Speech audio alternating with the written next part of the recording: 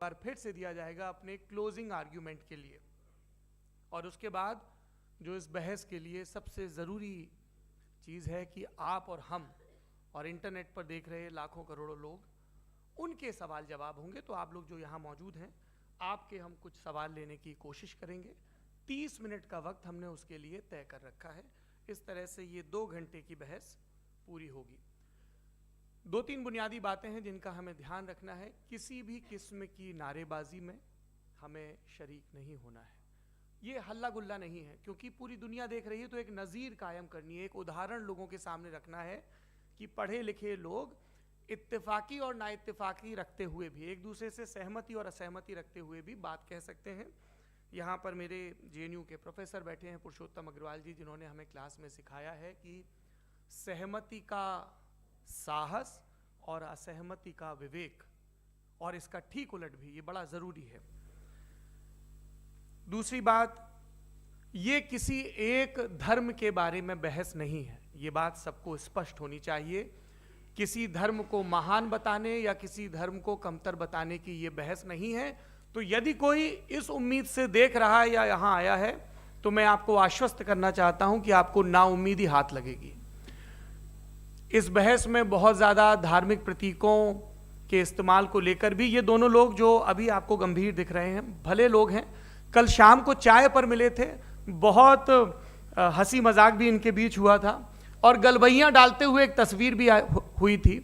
ये इस बात का प्रमाण है कि इंटरनेट पर जो हल्ला मचा हुआ है उसके मुकाबले ये दोनों लोग बहुत ही अच्छे शांत ढंग से बहस के लिए राजी हो गए हैं। ट्विटर की बातें ट्विटर तक सीमित, एलन मस्क आजकल उसको एक्स कहते हैं।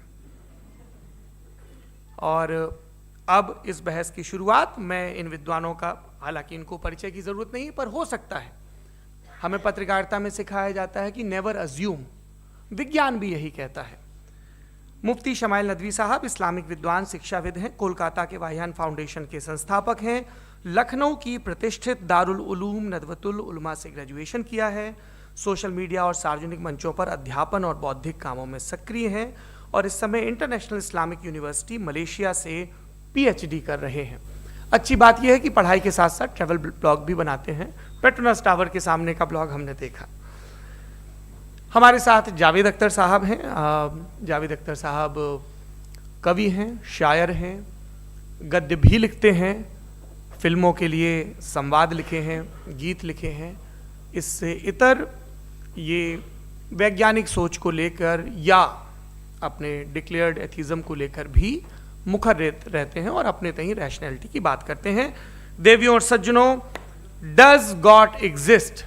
इस सवाल का जवाब सब अपने अपने तहीं खोजने की कोशिश कर रहे हैं। कोई इसको गॉड डैम पार्टिकल की खोज बताता है, कोई गॉड पार्टिकल की खोज बताता है, कोई हिग्स बोसान की खोज बताता है, कोई ये सवाल जवाब तलाशने की कोशिश करता है कि मास एग्जिस्टेंस में आखिर आया कैसे, हुआ क्या था, सृष्टि के पहले, समय के पहले क्या था। और कोई ये कहता है कि ये सारी खोजें जिस मस्तिष्क में हो रही हैं प्रकृति के क्रम में, वो कैसे विकसित हुआ। मैं उम्मीद करता हूं कि हम आज इन बुनियादी सवालों के कुछ जवाब हासिल करने में कामयाब हूं। मैं सबसे पहले मंच पर आमंत्रित कर रहा हूं मुफ्ती शमाइल नदवी साहब को। आइए सर। जी,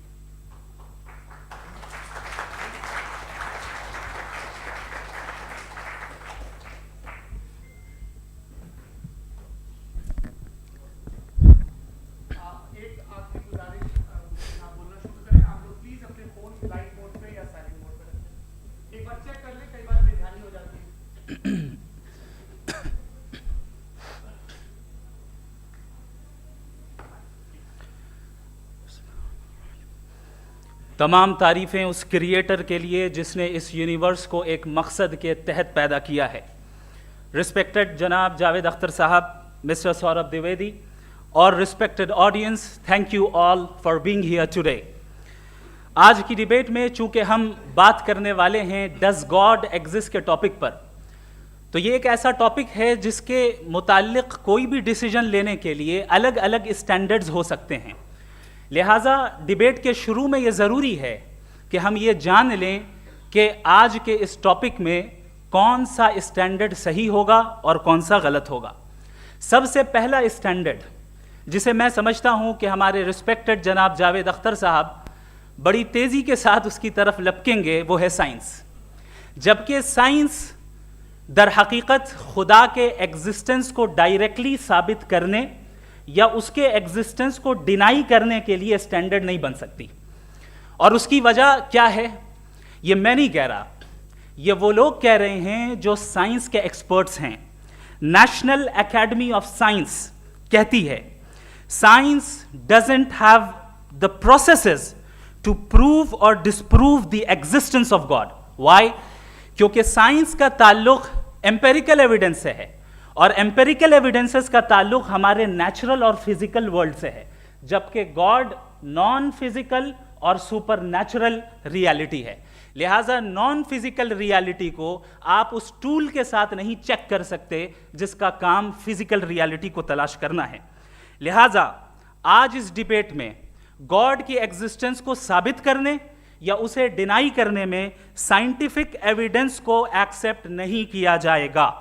दूसरा स्टैंडर्ड हो सकता है रेविलेशन, कि रेविलेशन के जरिए हम यह साबित करें कि गॉड एग्जिस्ट करता है या नहीं। लेकिन यह स्टैंडर्ड भी आज इररेलेवेंट है। क्यों? क्योंकि रेविलेशन मेरे नजदीक सोर्स ऑफ नॉलेज है, वैलिड सोर्स ऑफ नॉलेज है, लेकिन हमारे जावेद अख्तर साहब के नजदीक ये वैलिड सोर्स ऑफ नॉलेज नहीं है। लिहाजा आज की डिबेट में मैं एक भी एविडेंस किसी भी मजहबी स्क्रिप्चर से नहीं दूंगा ताकि जावेद अख्तर साहब के लिए वो अनएक्सेप्टेबल ना हो। तीसरा जो मेयार हो सकता है वो है ऑब्जर्वेशन, कि भाई कोई कहे कि हमें खुदा दिखाओ, अगर है तो दिखाओ, या ये कि खुदा के एग्जिस्टेंस पर एम्पेरिकल एविडेंस दो, तो ये है दर हकीकत गलत टूल का इस्तेमाल करना। ये ऐसा ही है कि जावेद साहब मुझसे ये मुतालबा करें कि मुफ्ती साहब आप मेटल डिटेक्टर के जरिए प्लास्टिक डिटेक्ट करके दिखाएं। अब चूंकि प्लास्टिक डिटेक्ट नहीं हो पा रही है लिहाजा plastic does not exist. No, you are using the wrong tool. इस टूल से प्लास्टिक को डिटेक्ट नहीं किया जाता। लिहाजा मैं समझता हूं कि गॉड के एग्जिस्टेंस पर एम्पेरिकल एविडेंस का मुतालबा करना एक बचकाना मुतालबा है और हमारे रिस्पेक्टेड जनाब जावेद अख्तर साहब इस स्टेज से अब बहुत आगे निकल चुके हैं। अब बचता है एक ही स्टैंडर्ड, और वो स्टैंडर्ड है अक्ल, लॉजिक, रीजनिंग। और यही वो स्टैंडर्ड है जिसके तहत गॉड की एग्जिस्टेंस को साबित किया जाएगा या गॉड की एग्जिस्टेंस को डिनाई किया जाएगा।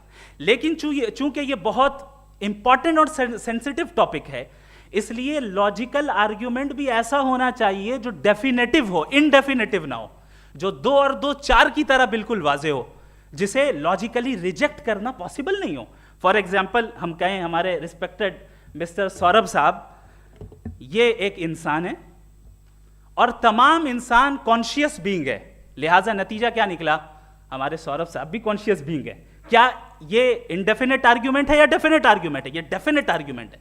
ये 2 और 2 की तरह वाजे है, इसमें किसी तरह जो है लॉजिकली इसको रिजेक्ट नहीं किया जा सकता। तो अगर आज हमारे जावेद अख्तर साहब ऐसी कोई अकली दलील और लॉजिकल एविडेंस दें खुदा के ना होने पर जो डेफिनेट भी हो, तो मैं ये ऐलान करता हूं कि यकीनन मैं उस एविडेंस को कबूल करूंगा और उस पर गौर करूंगा। लेकिन साथ में यह भी ऐलान कर देता हूं प्रेडिक्शन के तौर पर कि ऐसा कोई डेफिनेट आर्ग्यूमेंट कोई नहीं पेश कर सकता। दलील हम देंगे और डेफिनेटिव दलील देंगे, लॉजिकल दलील देंगे, ऐसी दलील देंगे जो एंटायर एथिस्टिक वर्ल्ड उसे रेफ्यूट नहीं कर सकती। चलें अब हम एक एग्जाम्पल सोचते हैं, एक सिनेरियो, सिंपल सिनेरियो, तमाम ऑडियंस से गुजारिश है, हम और आप एक आइसोलेटेड आइलैंड पर हैं, ऐसा आइलैंड जहां पे हमसे पहले कोई कभी नहीं गया। चलते चलते आपके सामने अचानक आपने देखा एक पिंक कलर की बॉल पड़ी हुई है। सबसे पहला सवाल आपके जहन में क्या आएगा कि ये बॉल यहां क्यों आई, कैसे आई, ये पिंक कलर की ही क्यों है, कोई और कलर भी हो सकता था, ये इसी शेप में क्यों है, कोई और शेप भी हो सकता था। नेचुरली आप इस तरफ पहुंचेंगे कि कोई ना कोई है जिसने इन स्पेसिफिक प्रॉपर्टीज के साथ इस बॉल को बनाया है और यहां पे रखा है। चूंकि आप जानते हैं कि ये जो बॉल है इसका एग्जिस्ट करना जरूरी नहीं है, ये एग्जिस्ट कर भी सकती थी, नहीं भी कर सकती थी, और एग्जिस्ट करना ही था तो किसी और फॉर्म में करती, किसी और कलर में करती। अब आप इस बॉल को एक्सपैंड करते चले जाएं, एक्सपैंड करते चले जाएं, एक्सपैंड करते चले जाएं, यहां तक कि ये बॉल यूनिवर्स के साइज की हो जाए। बताइए कि क्या साइज के बढ़ जाने से सवाल बदल जाएगा? हरगिज नहीं बदलेगा। अभी भी सवाल रहेगा, ये यूनिवर्स कहां से आया, इन स्पेसिफिक प्रॉपर्टीज के साथ कहां से आया, क्यों आया, किसने बनाया, ये सवाल उस वक्त भी वैलिड रहेगा। लेकिन ये सवाल अगर हम जनाब जावेद अख्तर साहब से करें तो चूंकि इनका वर्ल्ड व्यू एथिस्टिक है, और सिर्फ इनका नहीं, मतलब जितने भी एथिस्ट हैं और एथिस्टिक वर्ल्ड व्यू को रखने वाले से अगर आप ये सवाल करें कि ये यूनिवर्स कहां से आया, तो इनका जवाब या तो आर्ग्यूमेंट फ्रॉम इग्नोरेंस होगा या डॉगमेटिक होगा।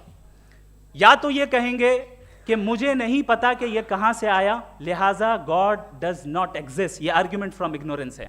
या ये कहेंगे कि ये यूनिवर्स खुद ब खुद बन गया, इसका मतलब ये है कि उस बॉल को भी खुद ब खुद बन जाना चाहिए, लेकिन बॉल के ताल्लुक से ये एक्सप्लेनेशन एक्सेप्ट नहीं की जाएगी कि खुद ब खुद बन गई, लेकिन यूनिवर्स के ताल्लुक से कर दिया जाएगा। इसे हम दूसरे अल्फाज में डॉगमा भी कह सकते हैं।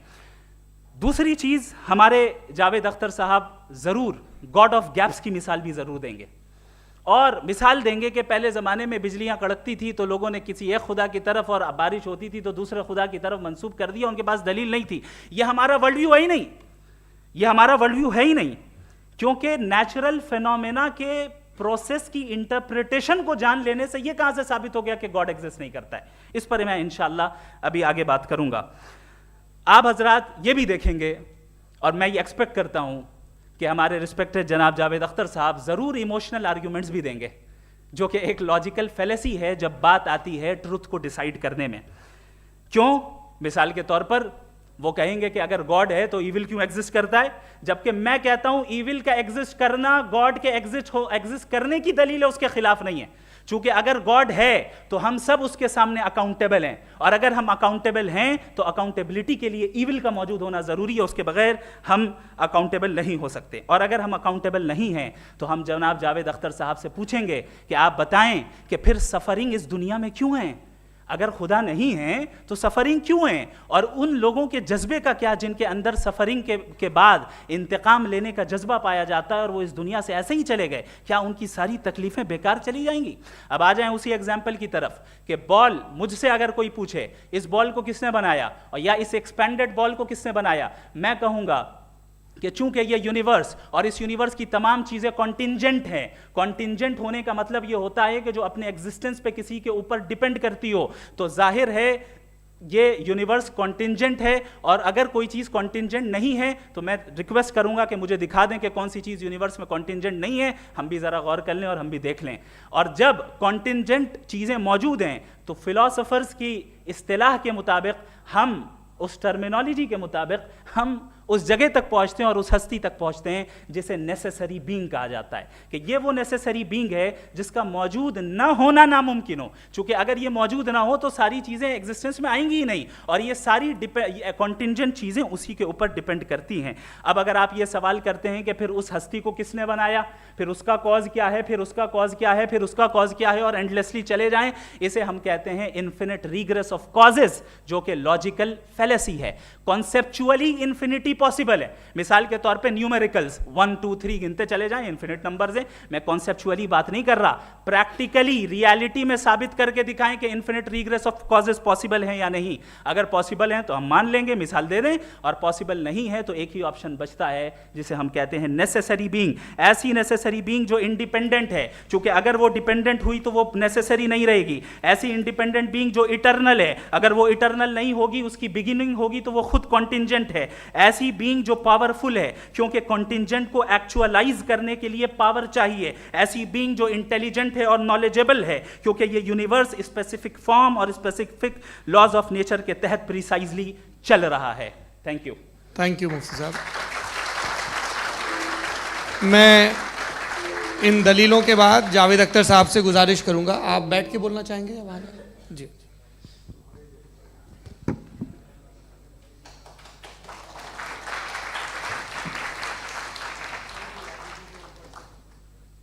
पहले तो मैं मुफ्ती साहब को एक अच्छी खबर देना चाहूँगा कि मेरी नॉलेज साइंस के बारे में बड़ी मामूली है, तो आप फिक्र ना करें उसकी, लेकिन कुछ कॉमन सेंस है मुझ में। देखिए, ये खुदा का तस्वुर कोई नया तस्वुर नहीं है, ये सदियों से रहा है। ये कुछ रिलीजन 3000 साल पुराने होंगे, 4000 साल पुराने होंगे, लेकिन इंसान कोई 10,000 12,000 साल से एग्जिस्ट करता है होमोसेपियन की शक्ल में, और हमेशा कुछ ना कुछ मज़हब रहे। ये मज़हब जाहिलों के नहीं थे, ये मज़हब एक ऐसी ग्रीक सोसाइटी के थे जहाँ बड़े बड़े फिलोसफर्स पैदा हुए। ये मज़हब इजिप्शियंस के थे जिन्होंने पिरामिड्स बनाए थे। ये रोमन्स के थे कि जिनका आर्किटेक्चर और सेनेट यानी पहली बुनियाद डेमोक्रेसी की लिमिटेड थी मगर डेमोक्रेसी थी, ये उन लोगों ने किए थे। तो इनका जो जुपिटर था, रा था, ज़्यूस था, उन्हें उस पर इतना ही एतमाद था जितना आज किसी मजहबी आदमी को अपने खुदा पे होगा। क्रिश्चियनिटी आने से पहले यूरोप में एक मज़हब था जर्मेनिक रिलीजन। उसका एक खुदा था, उसकी एक बीवी थी, उसके 2 बेटे थे, एक बेटी थी। फिर जर्मनी में जब यूरोप में क्रिश्चियनिटी आई तो वो खुदा, उसकी बीवी और पूरे ख़ानदान चला गया। तो हमने अगर हम हिस्ट्री देखें तो खुदा जो हैं वो ज़्यादातर फ़नी हैं, वो हमेशा रहे नहीं। और वो जो लोग इन्हें मानते थे उनको आप कहें वो तो जाहिल थे, उन्हें तो कुछ पता ही नहीं था, ऐसा नहीं है। वो अपने वक्त में बड़े काबिल लोग थे और अपने वक्त में उन्होंने बड़े बड़े काम किए हैं, फिलोसफर्स थे, साइंटिस्ट थे, लेकिन उनका मज़हब कहाँ गया, उनके खुदा कहाँ गए? आज जो खुदा हैं दुनिया में लोग उन्हें मानते हैं। आपको क्या मालूम कि कितने बरसों के बाद क्या होने वाला है? हम यूरोप में देखते हैं तो चर्च खाली हैं। तो वक्त के साथ चीज़ें बदलती हैं। जहाँ तक इसका ताल्लुक़ है मज़हबों का, हर मज़हब आपसे एक चीज़ मांगता है, फेथ। ये फेथ क्या चीज़ होती है? What is the difference between faith and belief? ये तो बहुत ही अहमक़ाना बात होगी कि कोई आदमी कहे साहब अगर खुदा है तो मुझे दिखाइए। ये तो जाहिलाना बात हुई। मैंने तो नॉर्थ पोल नहीं देखा है, मगर मैं मानता हूँ कि नॉर्थ पोल है। मैं क्यों मानता हूँ? इसलिए कि अगर ये दुनिया राउंड है तो उसका कोई टॉप होगा। कुछ लोग हैं जो वहाँ गए भी हैं, कॉमन सेंस कहता है कि ऐसा होगा, सबूत है, गवाह है, रीज़न है। तो ये मेरा फेथ नहीं है। तो फेथ में और बिलीफ में डिफरेंस क्या है? जो मज़हब मांगता है आपसे, हर मज़हब फेथ मांगता है। फेथ का मतलब ये है कि ना कोई गवाह हो, ना कोई सबूत हो, ना कोई रैशनल हो, ना कोई लॉजिक हो, ना कोई प्रूफ हो, मगर तुम एक बात को मानो। ये है फेथ। वरना बिलीफ होता। अगर इसमें कुछ भी सबूत होते, गवाह होते, तो फिर इसे आप बिलीफ कहते। जैसे मेरा बिलीफ है कि नॉर्थ पोल है, मेरा फेथ थोड़ी है। फेथ इन तमाम शर्तों को रद्द करता है। तो फिर स्टुपिडिटी क्या है? अगर मैं एक बात ऐसी मानूं जिसकी ना कोई लॉजिक है, ना कोई रैशनल है, ना कोई प्रूफ है, ना कोई गवाह है, ना कोई सबूत है, और मैं उसे मानूं, तो ये स्टुपिडिटी हुई। इसे ही भाई कल को मैं यकीन कर लूं कि एलोन मस्क जो है मेरा भाई है, तो मुझे इंतहाई खुशी होगी, सुकून भी बहुत मिलेगा मुझे। लेकिन और कहे भाई क्यों मानते हो, क्या सबूत है? भाई वो तो अमेरिकन है और तुम तो इंडियन हो, वो तो नस्ल अलग है, तुम्हें कभी मिले भी नहीं। साहब देखिए मेरा फेथ है, इस पर बात ना किया। फेथ का मतलब ही यह है कि आप प्रूव नहीं कर सकते। अगर आप प्रूव कर सकते हो तो फेथ की ज़रूरत ही नहीं, फिर तो आप बात करेंगे, आप कितनी बहस कर लीजिए।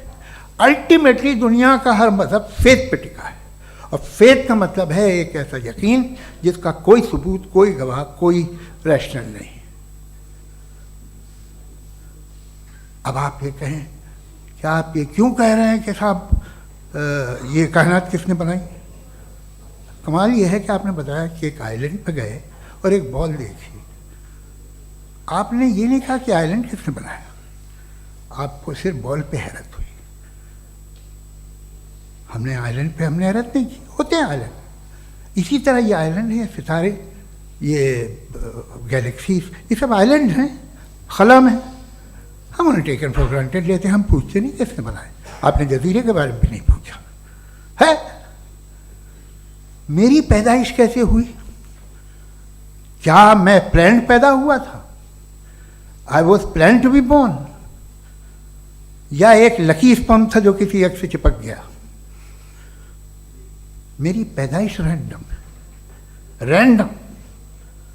और इंसाफ जिसे आप कहते हैं, इंसाफ का तो नेचर से कोई वास्ता ही नहीं। जो आप कहते हैं कि एक दिन इंसाफ मिलेगा, इंसाफ is a human concept, nature में कोई इंसाफ नहीं। अगर शेर हिरन को खा जाता है तो उसे कोई सजा नहीं मिलती। अगर एक आंधी आती है और हरे भरे पेड़ों को उखाड़ के फेंक देती है तो आंधियों की जेल नहीं होती है। नेचर में इंसाफ नहीं, इसलिए मुझे नेचर को इंसाफ की ज़रूरत भी नहीं। नेचर तमाम एक है। अब हम कहें कि साहब ये देखिए जो मैंने खाना खाया था, ये मेरी आँख तो नहीं यूँ कर दिया उसे, तो इसे सज़ा मिलनी नहीं। वो सिस्टम है, ऐसे ही चल रहा है। नेचर बगैर इंसाफ के है। इंसाफ इज अ ह्यूमन कॉन्सेप्ट। तो जो आपसे कहता है कि मैं तुम्हें इंसाफ दूंगा, वो इंसानी जहन की पैदावार है।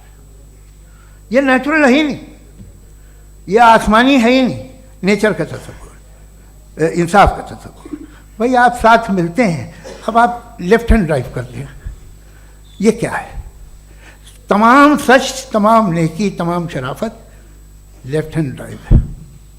वरना क्या होगा, या तो आप क्रॉस कर देंगे, आपका एक्सीडेंट हो जाएगा, या आप किसी को मार देंगे, या ट्रैफिक जैम हो जाएगा। झूठ, बेईमानी, रिश्वतखोरी, ये तमाम जो है driving on the wrong side है।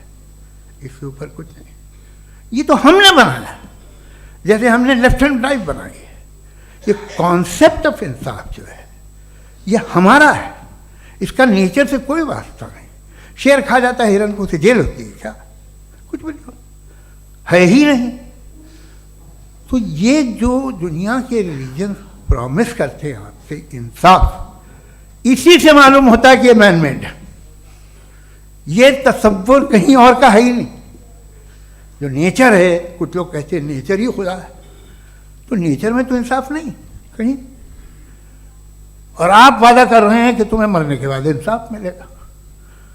मुझे अगर मिलेगा तो मैं बहुत खुश होऊंगा, लेकिन मैं यकीन नहीं कर पाता हूँ, इसलिए कि मैं फेथ नहीं पैदा कर सकता।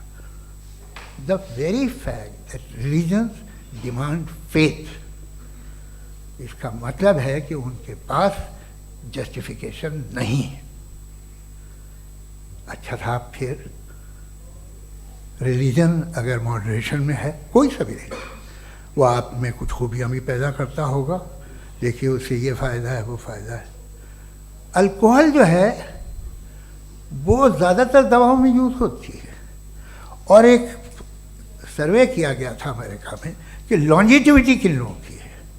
तो एक तरफ वो लोग थे जो शराब पीते ही नहीं थे, और एक तरफ वो थे जो एक बोतल शराब रोज़ पीते थे। सबसे ज़्यादा लंबी उम्र उनकी है जो 2 पैग नाप के शराब पीते और खाना खाते हैं। मगर हम शराब को बुरा समझते हैं, मैं भी बुरा समझता हूँ। क्यों? ऐसा होता नहीं। कुछ चीज़ों में आदत होती है कि वो बढ़ती है। आज तक में एक आदमी दूध पीता है, आप 10 साल बाद भी मिलेंगे तो एक ही गिलास पीता होगा। ऐसा नहीं होता, सुबह से दूध पीता रहता है। मिल्कोहलिक मैंने नहीं देखे, अल्कोहलिक होते हैं। ये टेंडेंसी है मजहब की कि वो बढ़ता है, जैसे कैंसर बढ़ता है, जैसे शराब बढ़ती है।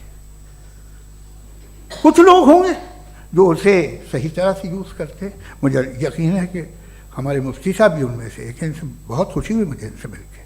लेकिन कितने लोग हैं कि आज आप देखते हैं दुनिया में जो तबाहियाँ हैं, इनमें कितना हाथ है उन लोगों का जो बिलीवर कहते था मजहब ये नहीं कहता, ना कहता होगा, मगर जब ये मजहब पीते हैं तो ऐसे बिहेव करते हैं। थोड़ा सा अगर हो तो शायद बहुत अच्छी बात, लेकिन शराब थोड़ी सी नहीं रहती, उसमें टेंडेंसी है पहले। थोड़ा सा अगर 2-3 कैंसर के सेल हो ना बॉडी में तो आदमी स्लिम रहेगा, लेकिन वो 2-3 सेल नहीं रहते, वो मल्टीप्लाई होते हैं। जावेद साहब टाइम पूरा हो गया। टाइम हो गया, तो बस बात खत्म हो गई। अच्छा, मुझे कुछ और कहने को था भी नहीं। जी, मैं पहले जवाबी दौर के लिए इनवाइट कर रहा हूँ मुफ्ती साहब को। Your rebuttal round 1, you have 7 minutes।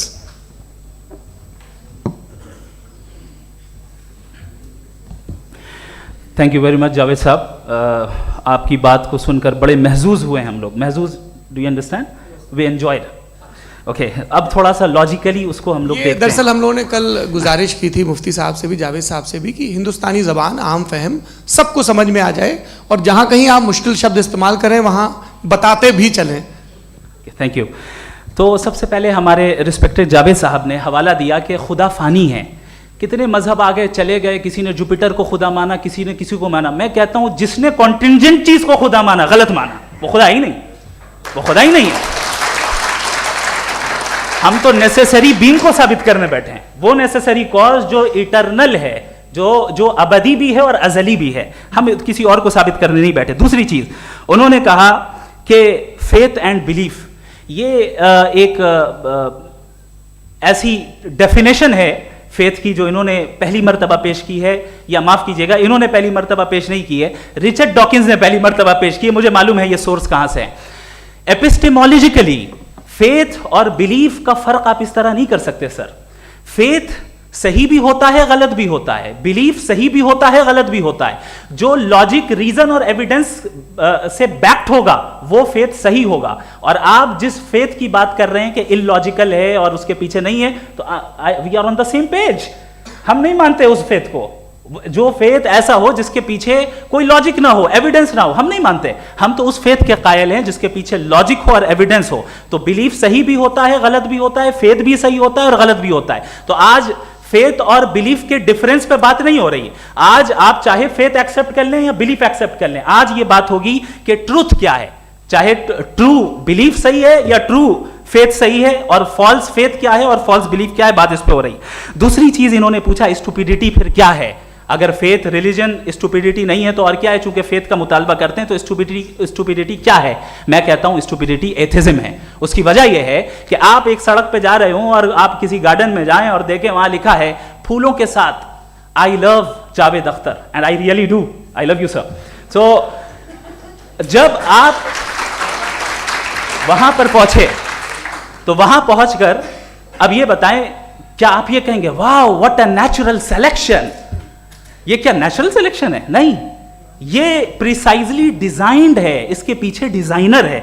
लिहाजा अगर कोई एक ऐसी कॉमन सेंस की बात को कबूल नहीं कर रहा है कि यूनिवर्स जो इतने प्रिसाइजली काम कर रहा है, हम कह दें कि खुद ब खुद बन गई, मैं समझता हूं इससे बड़ी स्टुपिडिटी और कुछ नहीं है। ये इर्रेशनल चीज है।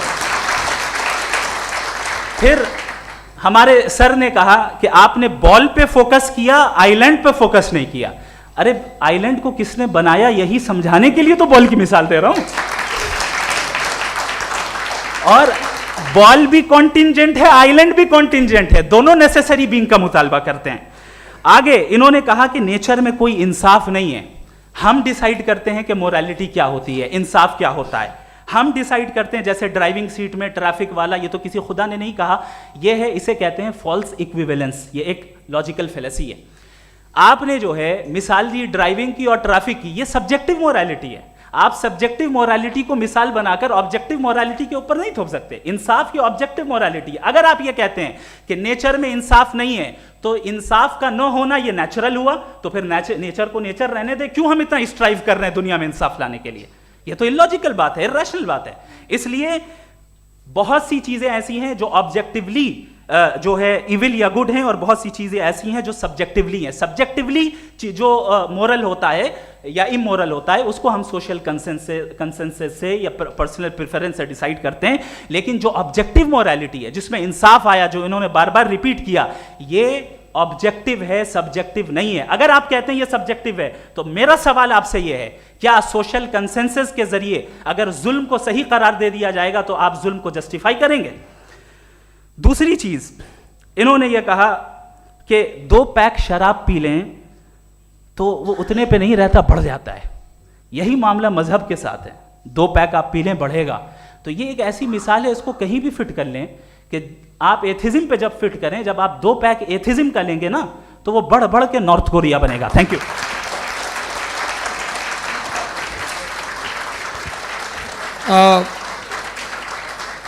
फर्स्ट राउंड के रिबटल के लिए मैं जावेद साहब को इनवाइट कर रहा हूं। आपके पास 7 मिनट का वक्त है, रीसेट कर दीजिएगा प्लीज़। मुझे इस बात की खुशी है कि मुफ्ती साहब ने भी मान लिया कि नेचर में कोई इंसाफ नहीं है। तो कोई भी चीज़ जो इंसान ने नहीं बनाई है उसमें इंसाफ नहीं होता है। एक बात मैं आपसे अर्ज़ करूँ, ज़रा पता लगा लीजिएगा, ये जो आप बाग में जाते हैं बेहद खूबसूरत फूल देखते हैं ना, इनमें से कोई नेचुरल नहीं है। ये सारे फूल क्रॉस करके बनाए गए हैं। जो जंगल में फूल होते हैं नहायत मामूली होते हैं, ये फूल इंसानों ने बनाए हैं। जो आप बाग में देख के वाह वाह कहते हैं, ये इंसानों के बनाए हुए हैं। डिफरेंट फूलों को क्रॉस करके, डेवलप करके, फिर क्रॉस करके इस तरह से बनाए गए। नेचुरल फ्लावर नहीं। किसी जंगल वीरान में जाके आप गुलाब के फूल नहीं देखेंगे। ये सब बनाए हुए इंसान ने, बहुत से काम इंसान ने किए हैं।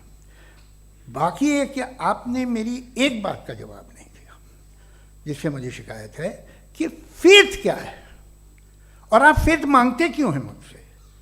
आप तो लॉजिकल हैं, आपके पास तो सारे रैशनल्स हैं, आपके पास सारे सबूत हैं, तो आपको फेथ की डिमांड क्यों करते हैं कि भाई तुम सरेंडर कर दो और सवाल मत करो।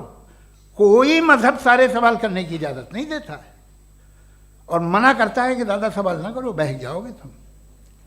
आप क्यों रोकते हैं? हकीकत यह है कि इंसानी तारीख क्या है। इंसानी तारीख ये है कि दुनिया में 2 तरह के लोग हुए हैं। एक वो जिन्होंने अपनी लाइल्मी की परस्तिश की है, दूसरे वो जिन्होंने अपनी इग्नोरेंस या लाइल्मी से झगड़ा किया है और मालूम किया है कि क्या है। ये जो आप कह रहे हैं, आज आप हैरान हैं कि भाई ये यूनिवर्स कैसे बनी। लोग हैरान थे कि सूरज डूबता है तो इधर से कैसे निकलता। और आप एक कदम जाके हमेशा का मानने को तैयार है, एक कदम पीछे ही मान जाइए। भाई आप इसके बाद जाते हो, कहते सवाल ना करना कि ये कहाँ से आया, ये पावर तो हमेशा से हमेशा रहेगी।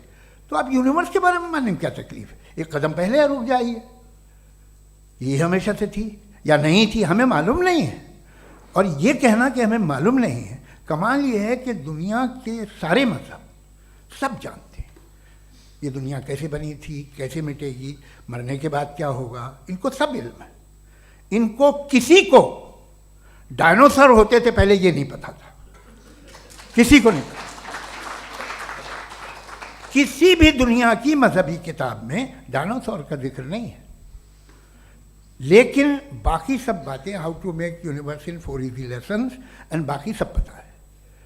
जिसको सब पता है वो गड़बड़ है।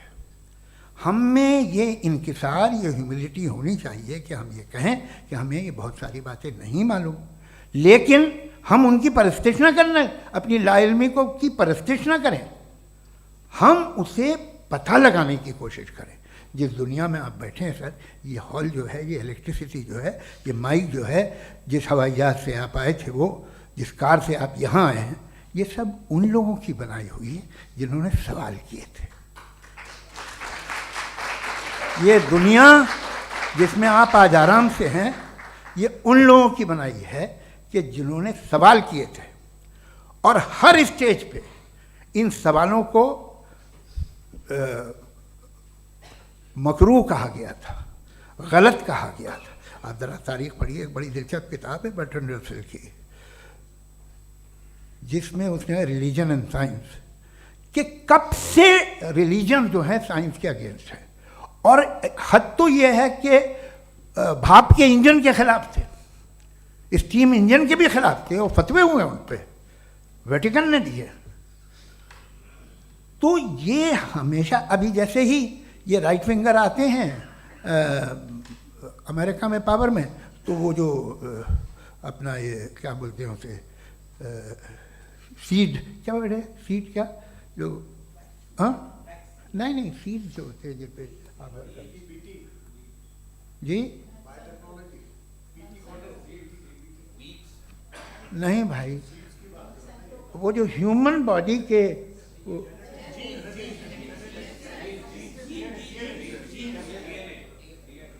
उस पर रिसर्च बंद हो जाती है, रिपब्लिकन नहीं करने देते।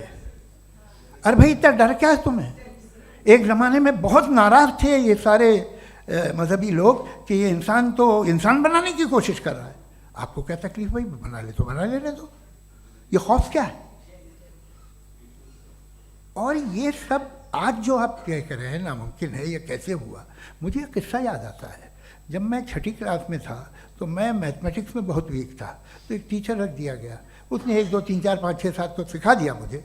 वो दिन मैं भूल नहीं सकता हूँ मुफ्ती साहब, जिस दिन उसने ये बताया कि 1/2 क्या होता है और 3/4 क्या होता है, मुझे ऐसा लगा कि मेरा सर बीच से फट जाएगा। ये आदमी कह रहा है कि जो दीवार के अंदर जाओ वॉक करते हुए। आज हंसता हूँ मैं इस बात पे। तो आज जो बातें आपके जहन से बिल्कुल परे हैं और आप हैरान होते हो उन्हें देख के, एक वक्त आएगा कि मामूली लगेंगे। और हुआ है, आपकी इंसानी तारीख ही है। इतनी जल्दी सारे फैसले आप मत कर लीजिए, थोड़ा ये ह्यूमिलिटी रखिए कि भाई ये हमें नहीं मालूम। ये कहने में क्या आ रहा है, ये यूनिवर्स कहाँ तक फैली, ये कब से है और कब तक रहेगी, हमें नहीं मालूम। आपने फैसला कर लिया कब बनी, ये आपके हिसाब से कोई 14 बिलियन ईयर्स बनी जो समझा जाता है। उससे पहले हजारों करोड़ों अरबों साल तक खुदा बैठा क्या कर रहा था, खामोश बैठा था, ऐसे ही जमाइयाँ ले रहा था। फिर उसे आइडिया आया, यार एक काम करते, वक्त अच्छा गुजर जाएगा, यूनिवर्स पर आपसे सोचिए। वो तो हमेशा से है ना, मगर यूनिवर्स हमेशा से नहीं है, ये तो बनाई गई है। और उससे पहले क्या था, इनका क्या काम था, कैसी बात है। ये बड़ा आसान है, जो बात हमें आज धीरे धीरे पता चली है। बरसों 2000 और 2500 साल पहले आपको किसी ने बता दिया कि क्या था, आप मान गए, और तब से वही मान रहे हैं जो 2500 साल पहले कहा गया था।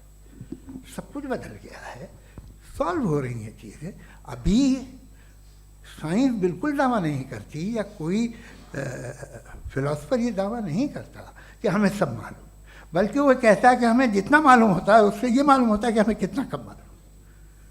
तो हम अपनी जहालत से लड़ें, उसकी परस्तिश न करें। जी, टाइम है। Thank you so much.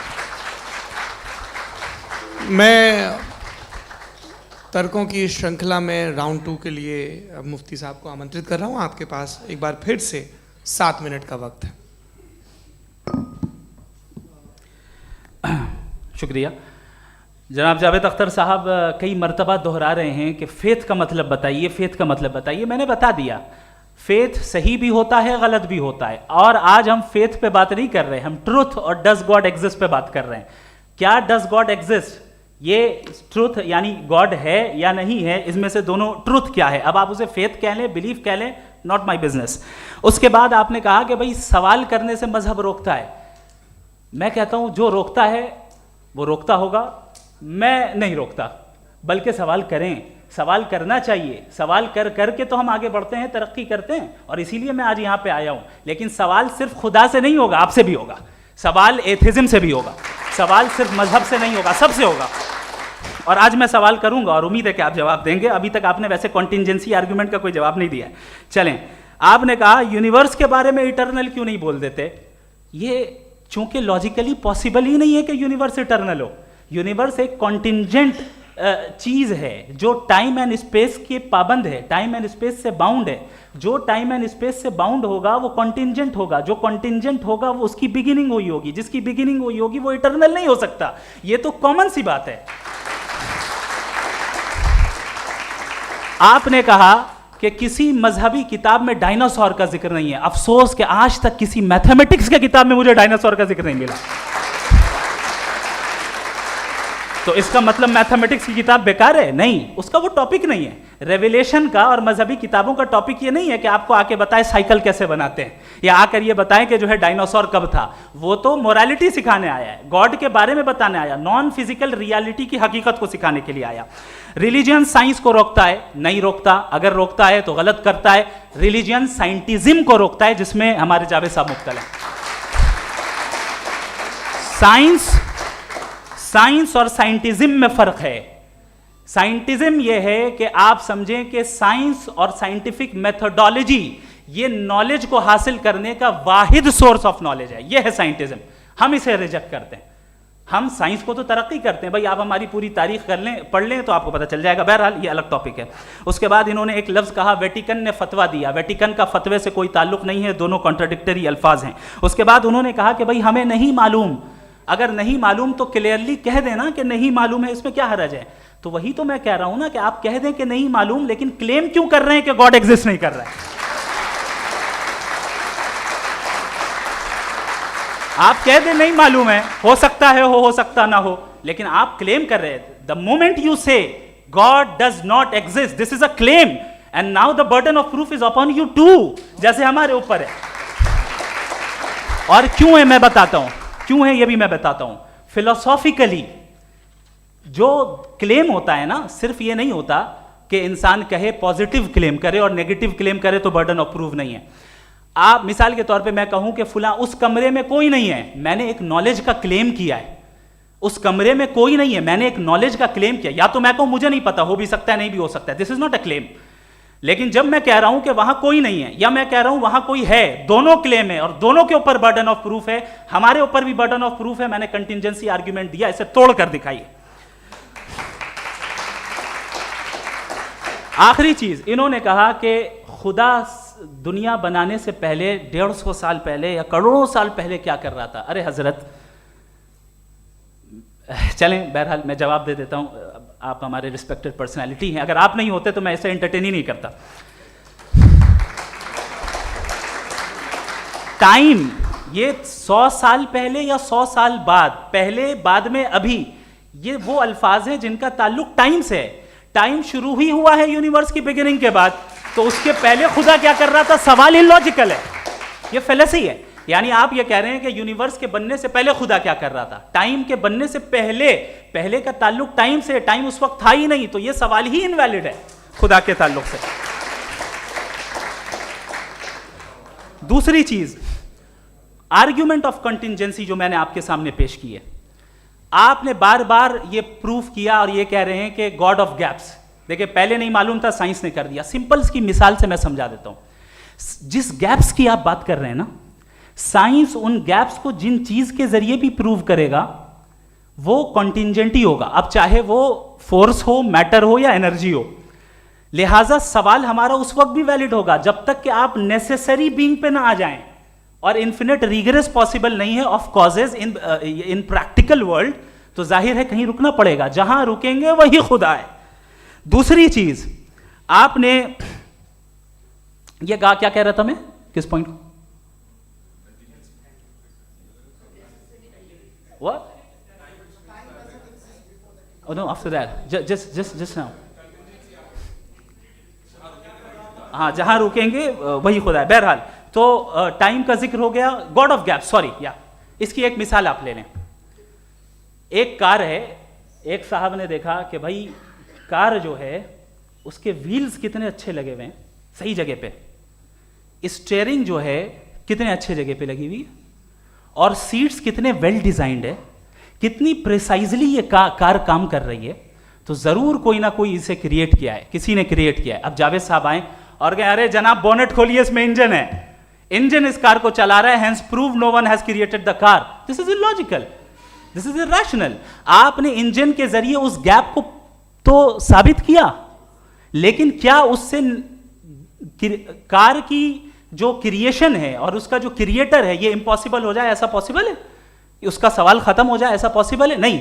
आपने गैप्स को फिल करके, कॉन्टिंजेंट चीजों से गैप्स को फिल करके हमारे ऑब्जर्वेशन को और ब्रॉड कर दिया।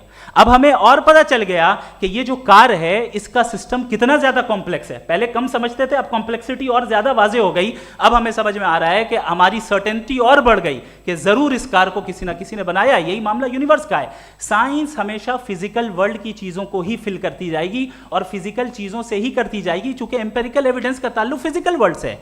आप साइंस के जरिए मेटाफिजिकल रियलिटी को कभी साबित नहीं कर सकते। ये रॉन्ग टूल का इस्तेमाल करना है। ये वही काम है कि आप मेटल डिटेक्टर से प्लास्टिक डिटेक्टर करने चलें, जो कि जाहिर है सही नहीं है। Thank you.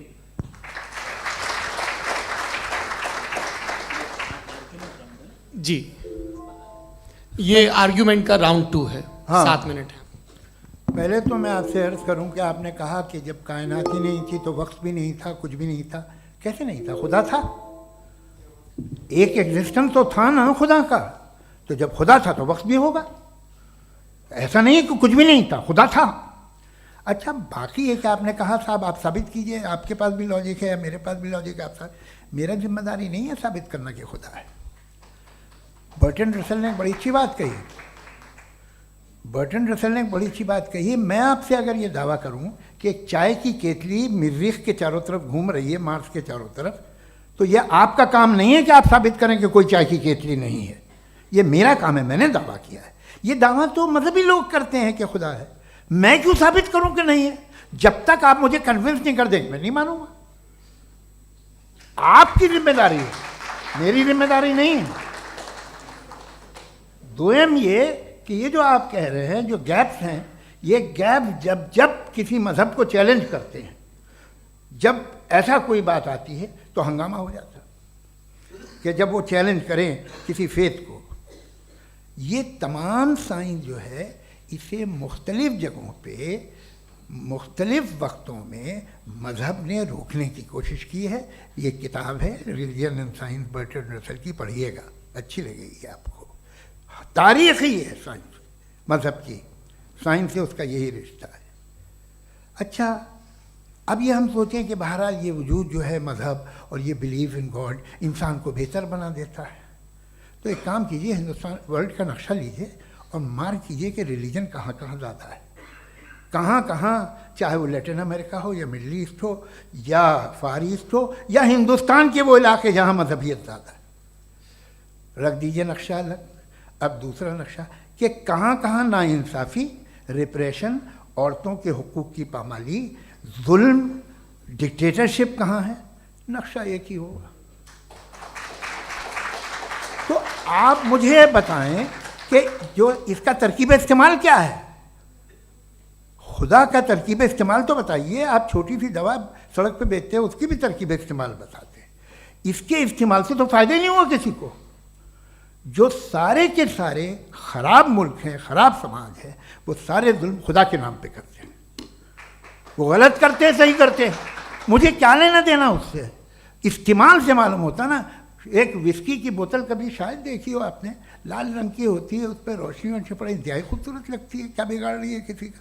उसका इस्तेमाल गलत है, इसलिए आप उसे नापसंद करते हैं। इसका इस्तेमाल गलत है, इस तसव्वुर का इस्तेमाल ही गलत है और हमेशा से गलत हुआ है। आप देख लीजिए, इंसानी तारीख देख लीजिए, आज देख लीजिए, हिंदुस्तान देखिए, दुनिया देख लीजिए, क्या हो रहा है। इसे कैसे इस्तेमाल कर रहे हैं? फेथ वाले लोग क्या फेयर हैं, जस्ट हैं, जो अपने खुदाओं पे यकीन रखते हैं, वो किस तरह के लोग हैं? वो लोगों को इंसाफ देते हैं, वो बेहतर इंसान बने। तो इस दवा का फ़ायदा क्या है? चलो बहुत फ़ायदा हो रहा तो मैं इस्तेमाल कर लूँगा, मैं मुझे तो इस दवा का कोई फ़ायदा दिखता ही नहीं।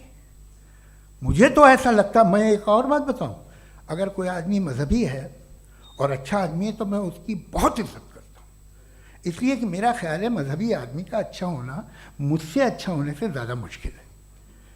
भाई हर चीज़ की एक लिमिट है। आप इतना भाग सकते हैं, इतना नहीं भाग सकते, इतना वज़न उठा सकते, इतना नहीं उठा सकते, इतना दूर देख सकते हैं, इतना दूर नहीं देख सकते। उसी तरह कॉमन सेंस कहता है कि आप में नेकी का भी एक कोटा होगा। अब आप अगर सुबह जाते हैं अपनी इबादत गाह और इबादत करते हैं तो बाहर निकलते हैं तो आप तो यही महसूस करते हैं कि आपने एक बहुत अच्छा काम किया, आपकी नेकी का एक बहुत बड़ा कोटा खर्च हो गया जिससे किसी का कोई फ़ायदा नहीं। मैं तो नहीं जाता हूँ तो मुझे तो किसी को खाना खिलाना पड़ेगा, किसी बेवा की मदद करनी पड़ेगी, मैं अपना कोटा कैसे कंज्यूम करूँ? आप अपना कोटा, सारे मजहबी लोग इंतहाई यूजलेस कामों में यूज़ करते हैं। उसके बाद भी अगर आप में बच्ची है थोड़ी सी शराफत, तो भाई वाह क्या बात है।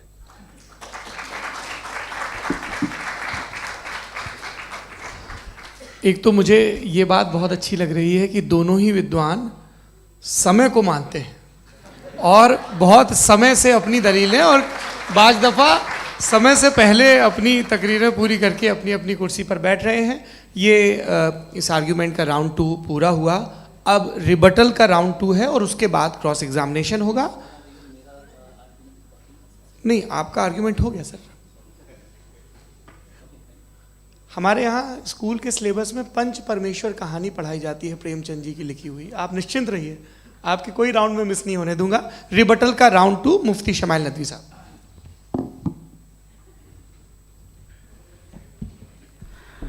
असल में जो हकीकी प्रॉब्लम है, असल प्रॉब्लम है, वो ये है कि जावेद साहब के पास कॉन्सेप्ट ऑफ गॉड क्लियर नहीं है। इन्होंने कहा कि कायनात से पहले खुदा तो था, तब भी तो टाइम होगा। ये टाइम कायनात का हिस्सा है। हम खुदा, उस खुदा को मानते हैं, नेसेसरी बीइंग का टाइमलेस होना जरूरी है, चूंकि वो टाइम का क्रिएटर है। जब उसने टाइम को क्रिएट किया तो वो खुद टाइम पे कैसे होगा? उसने जब स्पेस को क्रिएट किया तो खुद स्पेस में कैसे होगा? अगर वो टाइम एंड स्पेस को पहले से ही उसका पाबंद है तो फिर किस चीज को उसने क्रिएट किया? लिहाजा ये सवाल गलत है कि खुदा था तो टाइम होगा। बिल्कुल नहीं, टाइम के पाबंद हम हैं, खुदा नहीं है। हम फिजिकल वर्ल्ड से ताल्लुक रखते हैं, वो मेटाफिजिकल रियलिटी है। दूसरी चीज इन्होंने मिसाल दी कि चाय की केतली हवा में घूम रही होगी, और पता नहीं शायद वो बर्टन रसल का उन्होंने हवाला दिया। बहरहाल यही प्रॉब्लम है। प्रॉब्लम यही है कि हम चीज़ों के दरमियान डिफ्रेंशिएट नहीं कर पाते। ये जो आपने मिसाल दी ये इमेजिनेशन है, और मैं जो साबित कर रहा हूं वो लॉजिकल नेसेसिटी है। आप इमेजिन करने आए तो कुछ भी करें, जुपिटर में पिंक एलिफेंट होगा, यूनिकॉर्न होगा, करें, उससे कायनात पे क्या फर्क पड़ता है? उससे आप लॉजिकल नेसेसिटी साबित नहीं कर सकते। मैं तो उस प्राइम कॉज की बात कर रहा हूं, उस नेसेसरी बीइंग की बात कर रहा हूं जिसके बगैर इस कायनात का एग्जिस्टेंस मुमकिन नहीं है। दूसरी चीज, मजहब को साइंस चैलेंज करती है वगैरह वगैरह, ये हमारा टॉपिक ही नहीं है। मैं इस पे बात करूंगा तो फिर मेरा वक्त चला जाएगा। मजहब के ऊपर चूंकि हमारी डिस्कशन नहीं है, साइंस को मजहब और बिलखुसूस मैं और हमारा वर्ल्ड व्यू कम अज़ कम साइंस को पीछे नहीं करता है, साइंटिज्म की मजम्मत करता है। इसकी वजाहत मैंने पहले कर दी। दूसरी चीज़ इन्होंने कहा वर्ल्ड का नक्शा लीजिए, वर्ल्ड मैप लीजिए, दो अलग अलग जगह की। हज़रत मैंने ये होमवर्क किया था, और मैंने मिडिल ईस्ट का एक नक्शा लिया और यूरोप का एक नक्शा लिया। ये मजहबी इलाका और ये लिबरल और एथीस्ट इलाका। मुझे पता चला कि सबसे ज़्यादा रेप केसेस जो हैं वहाँ पर हैं।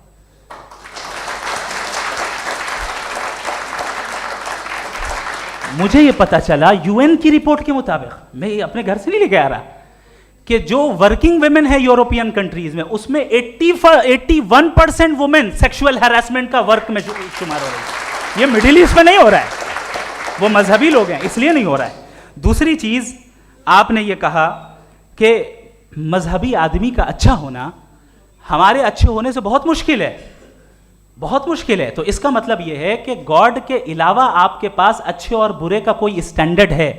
मैं चाहूंगा कि कन्वर्सेशनल स्टाइल वाली डिस्कशन और सेगमेंट पे इसी पे बात कर लेते हैं। Thank you very much.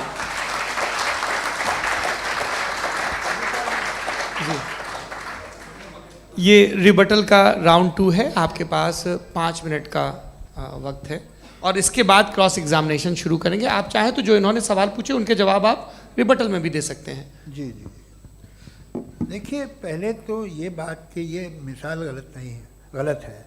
इन्होंने पहले ही हमको डिसार्म कर दिया। कह लिया अकल से मामला सॉल्व नहीं हो सकता, लॉजिक से आप पहुंच नहीं सकते। ये एक मेटाफिजिकल चीज़ है। मेटाफिजिकल अजीब सा लफ्ज़ है, ठीक से किसी को माने नहीं मालूम इसके, तो ऐसा लगता है कुछ बड़ी चीज़ है। अरे भाई, क्या होता है मेटाफिजिकल, बताओ, खड़ी हो। ये एक लफ्ज़ है जो कहीं भी इस्तेमाल हो जाता है। जब आप एक बात कर रहे हैं और आप मुझसे बहस कर रहे हैं तो मुझे मेटाफिजिकल मत बताइए, आप लॉजिकली मुझे प्रूफ किए। और अगर लॉजिकली आप नहीं बात करते साहब ये मेटाफिजिकल है, तो फिर हम आप बात क्या कर रहे हैं? मेरा आपका किस ज़बान में कॉन्वर्सेशन होगा? और ये कहना कि वक्त पहले नहीं था, तो फिर क्यों कहते हैं ये हमेशा से और हमेशा रहेगा? हमेशा वक्त है, तो आप कैसे कहते हैं वो हमेशा से है और हमेशा रहेगा? हमेशा का मतलब है कोई वक्त, अगर वक्त ही नहीं है तो हमेशा कैसे? बाहर वो रहेगा। अब मैं ये देखता हूँ, आपने कहा ना कि वहाँ रेप ज़्यादा होते हैं, तो हम एक बात देखते हैं कि दुनिया जिस पे वो कादर मुतलक है, जिसकी मर्ज़ी के बगैर पत्ता भी नहीं हिलता, ओमनीपोटेंट है, ये दुनिया चल कैसे रही है? और इस दुनिया का हाल क्या है? 45,000 बच्चे जो 10 साल की उम्र से कम थे वो गाजा में मरे। भूख से काला हांडी में बच्चे मरते हैं और डिप्थेरिया से मरते हैं। डिप्थेरिया अजीब मर्ज है, गले में जाली बनना शुरू होती है, बच्चा नीला हो जाता है, गरीब का बच्चा, इसलिए कि वो पास इलाज नहीं। ये कादर मुतलक है, जो चाहे कर दे। इससे आप दुआएं मांगते हैं हमारी, ये काम कर दे वो कर दे, तो इसका मतलब डे टू डे लाइफ में वो इंटरफेयर करता है और ये देख रहा है वो। अगर वो वाकई भी है फॉर डिस्कशन सेक, तो मैं जब दुनिया देखता हूँ तो मेरे दिल में उसके लिए कोई इज्जत नहीं पैदा होती। ये क्या कर रहे हो तुम पूरे ऑल पावरफुल हो, ओमनीपोटेंट हो, ओमनी प्रेजेंट हो। तुम तो वहाँ गाजा में रहे होगे ना, तुम हर जगह हो। तुम देख रहे थे कि बच्चे की कैसे धज्जियाँ उड़ रही, तुम देख रहे थे और तुम चाहते हो मैं तुम्हारी परस्तिश करूँगा, तुम हो भी। अरे यार, इसके अच्छे तो हमारे चीफ प्राइम मिनिस्टर हैं, कुछ तो ख्याल करते हैं। कमाल है, आप किसकी इबादत कर रहे हैं? अगर वो है भी, ये दुनिया नाइंसाफी से, जुल्म से, जबर से, तशद्दुद से भरी हुई। और आप ये मत कहिएगा कि वो देख रहा है और वो बताएगा एक दिन। अगर वो देख रहा है और इंटरफेयर नहीं करता तो आप दुआ क्यों मांगते? आप कहते हैं मेरा ये काम करा दे, इसके मतलब है वो दखल दे सकता है, वो आपको नौकरी दिलवा सकता है, भले दूसरे आदमी को न मिले, मगर आपका काम कर देगा चूंकि आपने दुआ मांगी है। तो जब वो आपको नौकरी दिला सकता है, लड़की की शादी कर सकता है, बेटे को ग्रीन कार्ड दिलवा सकता है, तो कम से कम ये जो मर रहे हैं बच्चे, इनको रोक दे, कुछ तो करे। मुझे तो दुनिया में, इस दुनिया का कोई मालिक है, इसका ओमनीपोटेंट कोई रूलर है, और ये दुनिया ऐसी चल रही है। मैं तो चाहूँगा कि भाई ना हो, अगर हो तो बड़ी शर्मिंदगी की बात है। शुक्रिया।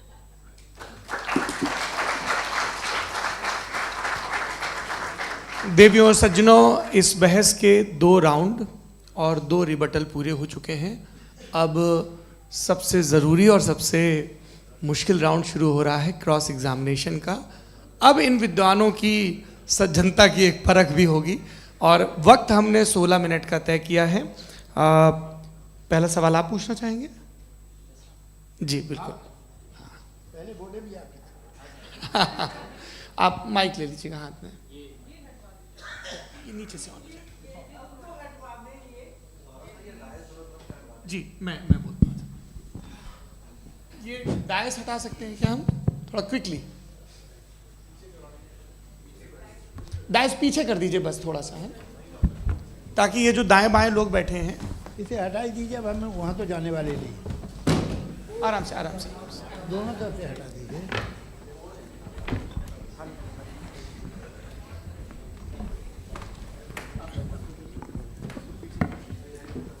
इस बीच आप लोग भी अपने अपने सवाल तैयार कर लें। ये ध्यान रखेंगे कि मैं यहाँ से सवाल लूँगा, आप लोगों को अपना हाथ ऊपर करना है, अपना नाम बताना है और अधिकतम 3 वाक्यों में अपना सवाल पूरा करना है। कई लोग सवाल की जगह भाषण देने लगते हैं, उससे आज बचना है। जी मुफ्ती साहब, पहला सवाल आपका, 16 मिनट हैं, हम दोनों लोगों के सवाल लेंगे। जी जी बहुत शुक्रिया। आपकी जो अभी बात हुई बहुत अहम थी, मैं इसको चाहूँगा कि आगे डिस्कस करूँ, लेकिन चूँकि अभी ये वो सेगमेंट है क्रॉस एग्जामिनेशन, तो सबसे पहला सवाल आपसे ये है कि जो मैं इतनी देर से कॉन्टिंजेंसी आर्ग्यूमेंट आपको बता रहा था, ये अकल से ही बता रहा था हजरत, आप ये बताएं कि आप इन्फिनिट रिग्रेस ऑफ कॉजेस को पॉसिबल मानते हैं या नेसेसरी बीइंग के एग्जिस्टेंस को सही समझते हैं? चूंकि 2 ही ऑप्शन हो सकता है, आप ये बताएं। देखिए, आपको मैं ईमानदारी से बात करूँ, एक तो मैं कॉन्टिजेंसी वर्ड ठीक से समझता नहीं, और इस वक्त भी जो आपने अंग्रेज़ी के अल्फाज इस्तेमाल किए वो ज़रा थोड़े से मुझे डिफ़िकल्ट और कॉम्प्लिकेटेड लगे, तो आप ज़रा सिंपल ज़बान में सवाल कर सकते हैं? बिल्कुल कर सकता हूँ जी। यूनिवर्स की हर चीज़ कॉन्टिंजेंट होने का मतलब ये है कि वो अपने एग्जिस्टेंस में किसी के ऊपर डिपेंडेड है। जो भी चीज़ डिपेंडेड होगी वो चीज़ इंडिपेंडेंट नहीं हो सकती, तो उसका कोई ना कोई कॉज होगा। तो अब आप क्या समझते हैं कि ये इन्फिनिट रिग्रेस है, यानी कॉज पर कॉज, कॉज पर कॉज, कॉज पर कॉज, और कभी कोई यानी ये एंडलेसली चलता रहा? क्योंकि अगर ऐसा होगा तो हम तो एग्जिस्टेंस में आते ही नहीं। लॉजिकली ये मुत्तफक अलैह चीज़ है, मुत्तफक अलैह, अग्रीड अपॉन। इस पे हमने एग्री किया था कि मुश्किल शब्द आएगा तो अर्थ बताना पड़ेगा। तो इन्फिनिट रिग्रेस तो पॉसिबल नहीं है, तो कहीं ना कहीं आपको रुकना पड़ेगा ऐसे नेसेसरी बीइंग पर। नहीं, कोई ज़रूरत नहीं रुकने की। किसने कहा आप रुकना पड़ेगा? आप रुकते हैं खुदा पे, आप नहीं रुकते। आप कहते हैं वो हमेशा से, जब उस वक्त से जब वक्त नहीं था। आप कहाँ रुकते हैं कि अब हुआ था वो? आप नहीं कहते। हम क्यों नहीं मान सकते कि यूनिवर्स जो है और बल्कि मल्टीवर्सेस जो है वो हमेशा से हैं, वो बनती हैं, बिगड़ती हैं। एक हमारे यहाँ एक चीज़ है ब्लैक होल, वो समेट लेता है वापस, फिर ब्लास्ट होता है, फिर फैल जाता है। और इसमें हमारी तो खैर कोई औकात ही नहीं है। इंसान की एक छोटे से ज़र्रे पे हम 50-60 साल की उम्र रखते हैं, जो करोड़ों अरबों साल की कायनात है उसमें, और पैदा भी नहायत ही बेहुदा वजह से हुए थे। तो इसमें ये सोचना कि इसकी वजूहात और ये क्यों है, ये डिपेंडेंट है, ये हम देख रहे हैं, क्या मालूम। आप सोचिए कि ये जो फैल रही है कायनात, ये कहाँ फैल रही है, ये कहाँ जा रही है, और ये फैल क्यों रही है। अरे बना ली थी तुमने, रुको भैया, काफ़ी है। ये फैल क्यों रही है, ये और कौन सी कायनात जिसे मैं दूरबीन से देखता हूँ तो 2 बिलियन लाइट ईयर पे है, उससे मेरा कोई वास्ता ही नहीं है। 2 बिलियन ईयर यानी अगर मैं 80,000 माइल्स पर सेकेंड से चलूँ तो 20 करोड़ साल में वहाँ पहुँच जाऊँगा। इसकी ज़रूरत क्या थी। ये दुनिया, ये कायनात तो इंसान अशरफुल मखलूक़ात के लिए बनाई गई ना। तो ये सब ये टर्म समझ में नहीं आया,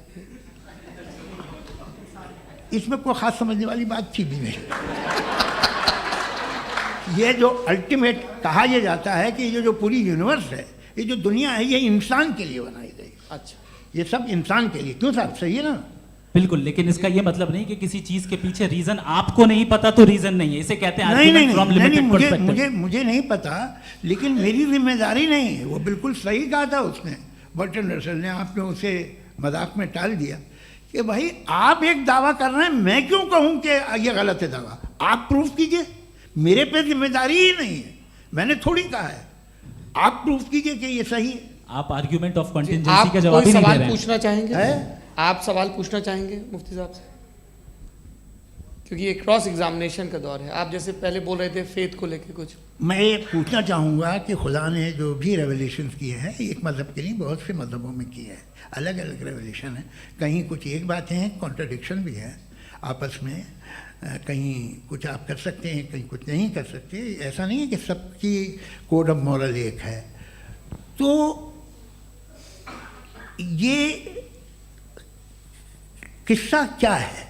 अब आप ये देखिए कि मुझे कभी कभी लगता है कि जो फुटबॉल फाइनल होता है, लाखों लोग होते हैं, फिर वो टीवी कवर करती, करोड़ों लोग, अगर उसमें खुदा की एक बूमिंग आवाज़ आ जाती, मैं गॉड हूँ, तो सारे लोग अभी सुन लेते और टीवी पे भी सुन लेते, किस्सा ख़त्म होता। ये इतनी राजदारी क्या है कि तुम सामने कुछ तो सबूत दे दो हमें सॉलिड। ये कह साहब ये यूनिवर्स कैसे बनी, इससे मसला क्या हल होगा। मैं पूछूंगा आपसे खुदा कैसे बना, क्यों नहीं पूछूंगा कैसे बना, बल्कि वो तो कायनात से कहीं ज़्यादा इंटेलिजेंट है, कायनात से कहीं ज़्यादा कॉम्प्लेक्स। जी वो हमेशा से है, आप कहेंगे मैं मान लूँगा। अच्छा, दोयम वो कादिर मुतलक, यानी कादिर मुतलक का मतलब ओमनीपोटेंट, वो जो चाहे कर सकता है। आपको नौकरी दिलवा सकता है, आपकी अच्छी जगह शादी करवा सकता है, आपके पड़ोसी का मुकदमा हरवा सकता है, आपको जिता सकता है, सब काम करता है। थोड़ा सा माइक क्लोज जी। वो इस दुनिया को चला कैसे रहा है, ये दुनिया कैसे चल रही है, आपको इस पर हैरत नहीं होती।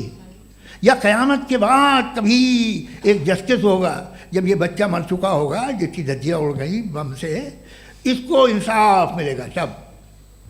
अच्छा, अब जवाब दूं? हाँ जी, मैं इसीलिए आप की तरफ। सबसे पहले आपने रेवलेशन और स्क्रिप्चर्स की बात की, इस पे मैं बात कर सकता हूं, लेकिन आज नहीं करूंगा चूंकि वक्त कम है, कभी और इस पे डिस्कस करेंगे। मैं तैयार हूं उस पे भी बात करने के लिए। ये अभी से राउंड 2 की भूमिका तय हो रही है। डज गॉड एग्जिस्ट राउंड 2 जी। चूंकि आज गॉड के एग्जिस्टेंस पे बात है, तो मैं उसी के रिलेटेड जो है आपके सवालात को एंटरटेन भी करूंगा और मैं भी पूछूंगा। आपने कहा कि आपने साबित ही नहीं किया, जबकि आर्ग्यूमेंट ऑफ कॉन्टिजेंसी बुनियादी आर्ग्यूमेंट है। आप मुझे कॉन्टिजेंसी का मतलब बताइए, आपका मतलब क्या है कॉन्टिजेंसी? कॉन्टिजेंसी का मतलब यह हुआ कि हर वो वजूद जो किसी भी चीज़ का पाबंद है, हर वो वजूद या हर वो चीज़ जो अपने एग्जिस्टेंस में किसी भी चीज़ के पाबंद है और उससे बाउंड है, उसको उसकी ज़रूरत है, उस पर डिपेंड करती है, तो जाहिर सी बात है कि उसका कोई ना कोई कॉज होता है। ये तो अक्ल की बात है। ये आप रीजनिंग की बात करते हैं, मैं वही कर रहा हूं। दूसरी चीज आपने ये बात कही कि इतने बिलियन लाइट ईयर्स दूर है, उसका मेरा क्या लेना देना। फिर मेरे ख्याल से आपको ये नहीं कहना चाहिए I think therefore I am an atheist. आपको सोचना चाहिए, सिर्फ आप एक लिमिटेड दायरे में रहकर नहीं सोचें, बल्कि बाहर निकल कर सोचें। आपने तीसरा सवाल किया, आपने 2-3 सवाल एक साथ। ऐसी बातें ना कीजिए, कुछ लोगों को इतराज हो जाएगा आप पे कि आप कुछ भी सोचिए, ये इजाज़त आपको है नहीं, मुझे है।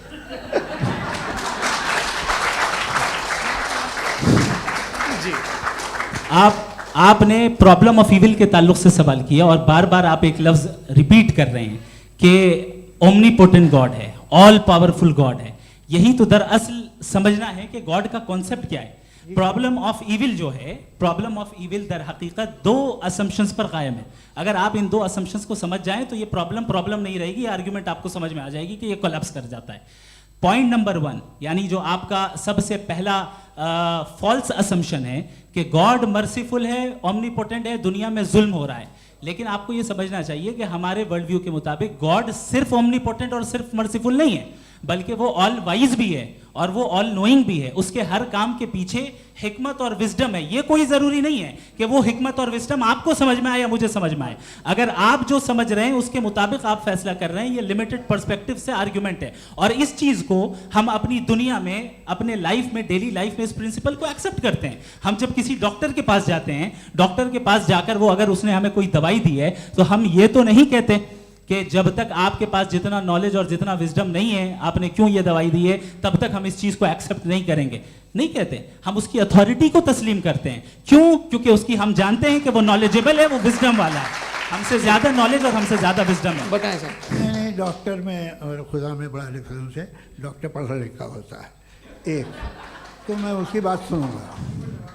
दो ये नहीं, कुछ जवाब तो ये भी नहीं है सर। प्लीज, आप अगर सब ऑडियंस से बोलने लगेंगे तो हाँ। फिर मतलब नहीं सिविलाइज बहस का। मतलब आप ये कहें कि चूंकि आप डॉक्टर पे बिलीव करते हैं इसलिए खुदा पे बिलीव किए, क्या ये मिसाल आपको समझाने के लिए आर्ग्यूमेंट है, इस पे आपको एतराज नहीं है। तो सिंपल बात ये है कि मैं अगर ये यकीन कर लूँ कि एक ओमनीपोटेंट, उसकी मसलहत है, ये जो बच्चे मर रहे हैं ये मसलहत है उसकी, मुझे नहीं चाहिए थी मसलहत। उसकी मसलहत नहीं, यही तो समझना है। मतलब एक्सपीरियंस। अच्छा, इस आपने अभी मेरी बात पूरी सुनी नहीं। मैंने कहा आपका पूरा आर्ग्यूमेंट दो फॉल्स असम्पशंस पर है। एक फॉल्स असम्पशन मैंने बता दिया, दूसरा फॉल्स असम्पशन ये है कि इस दुनिया में इविल के होने का कोई गुड रीजन नहीं है, जबकि हमारे पास बाज रीजंस मौजूद हैं, हमारे पास बाज वजूहात मौजूद हैं। अगर इस दुनिया में इविल ना हो तो आप गुड को डिफाइन कैसे करेंगे?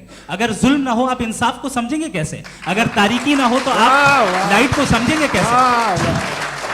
बहुत अच्छे। अभी और सुन लें, अभी और बाकी है। ये तो बात बहुत पसंद आई साहब मुझे, कि जब तक रेप ना हो तब तक औरतों की इज्जत का ख्याल आपने मेरा जवाब पूरा सुना ही नहीं। जब तक के बच्चों का कत्ल ना किया जाए तब तक आपको बच्चों की मासूमियत की इज्जत। आपने पूरा जवाब सुना ही नहीं। क्या बात है, क्या आपने नुक्ता निकाला? आपने पूरा जवाब सुना ही नहीं। आप सुन लें, मेरी बात सुन लें।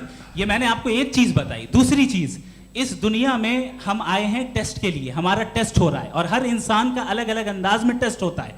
और इस दुनिया में अगर इविल मौजूद है तो वो इविल जरिया है हमारे अंदर ह्यूमन नोबल क्वालिटीज को डेवलप करने का और अलग अलग फील्ड में प्रोग्रेस करने का। और अगर हमारे अंदर और इस दुनिया में इविल नहीं होता तो बताइए टेस्ट का मतलब क्या होता? अगर मैं अपने स्टूडेंट को एमसीक्यूज दूं और उसमें सिर्फ राइट आंसर लिख कर दे दूं और कहूं तुम्हारा टेस्ट हो गया, ये मीनिंगलेस है। इस दुनिया में अगर हम टेस्ट के लिए आए हैं तो जाहिर है गुड एंड इविल दोनों मौजूद है।